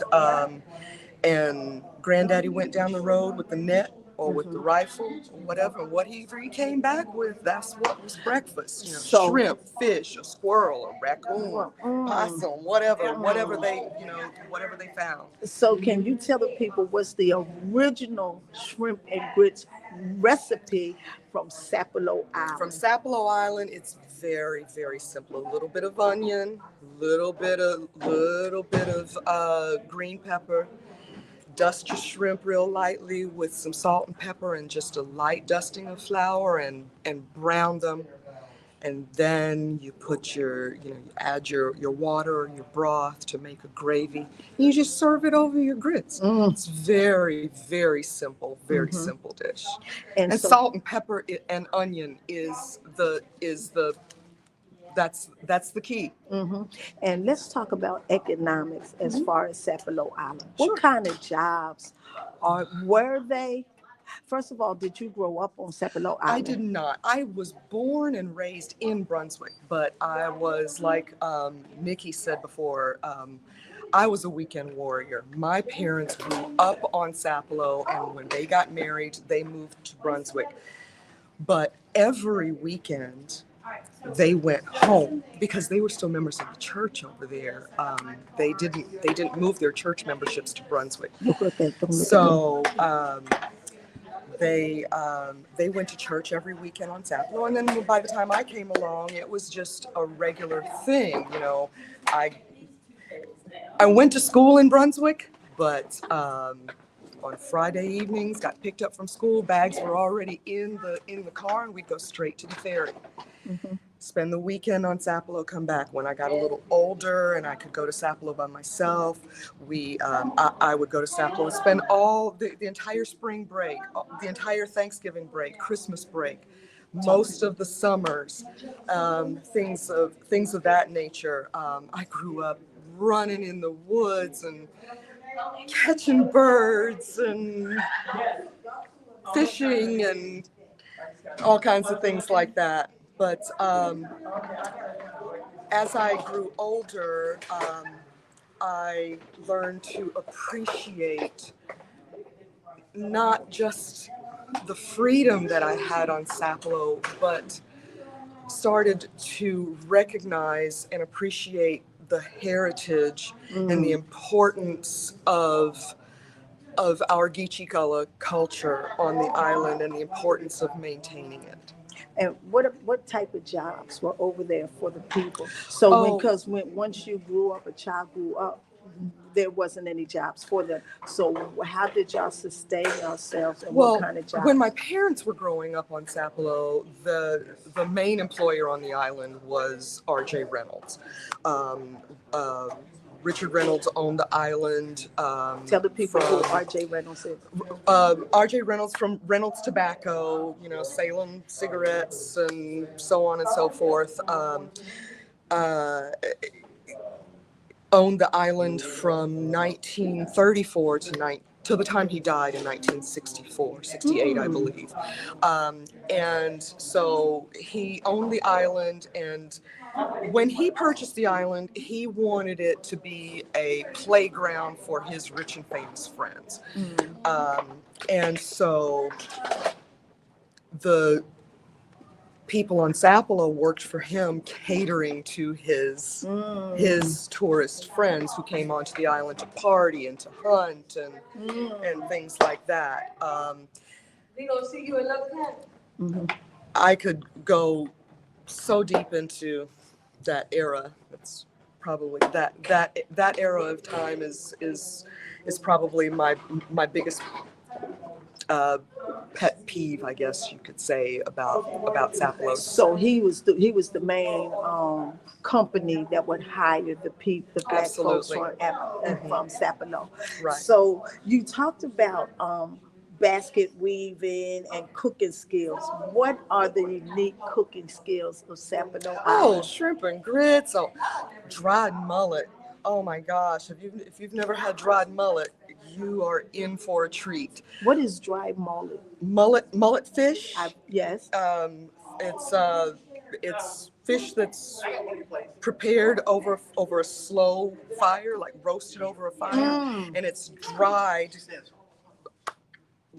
They call it barbecued or dried, but the fish is cooked slowly over this smoke until it's smoked fish. It's wonderful. And you spoke about preserving our legacy. What is one of the things that you think people need to do to preserve their legacy over there on Sapelo Island? Number one, remember it. Talk about it. And do it. We can't just relegate these things to the past. We have to keep them alive and teach them to future generations. Okay.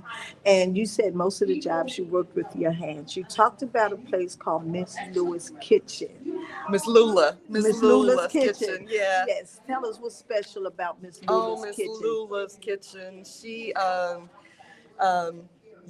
you have to convince her to open these days because she's gotten a little older, and her restaurant is only open by request. Oh wow!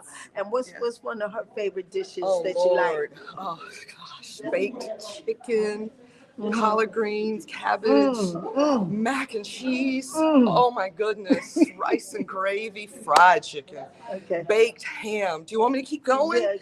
Okay. And so my last question for you is, you said your parents were born and raised over there. Can you tell the people what your parents' names are and what their legacy on Sapelo Island is? My father was Willie Grosvenor. And my mother was Martha Carter Grosvenor. They got married in 1954 and moved to Brunswick. But my father's family, the Grosvenors, go all the way back to the 1700s on Sapelo Island.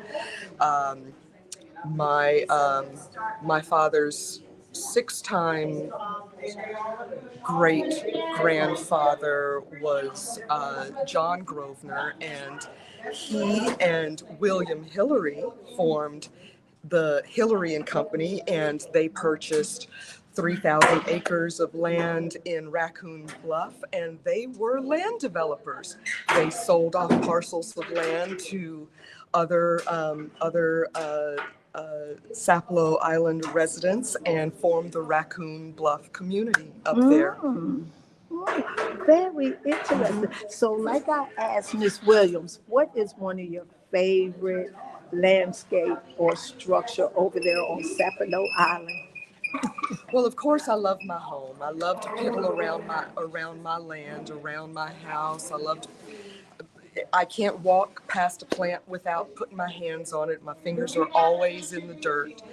But I'd say one of my favorite places on Sapelo, Mickey likes Nanny Goat Beach, but I like Cabretta Beach. It's a little further north on the island near Blackbeard Island, and that's my favorite spot on Sapelo.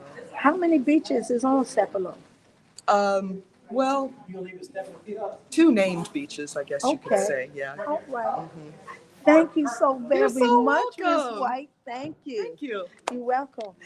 This is my podcast, and that's the QRC code. And if you scan it, it goes right to my YouTube channel. Okay. Okay. I'll be right back. I'm going to round up some more panelists, and you stay tuned. All right. You ready, Stacy? I'm gonna have to come out of your house. So I gotta get the number.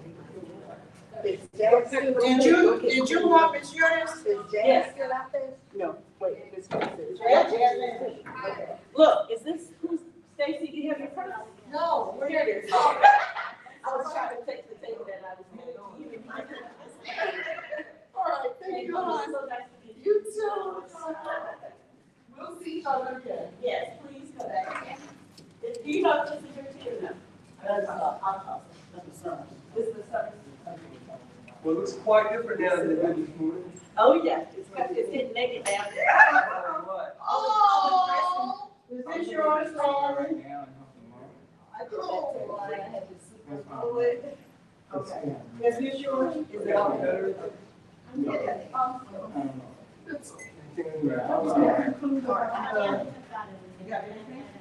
all right, well, thank you for everything.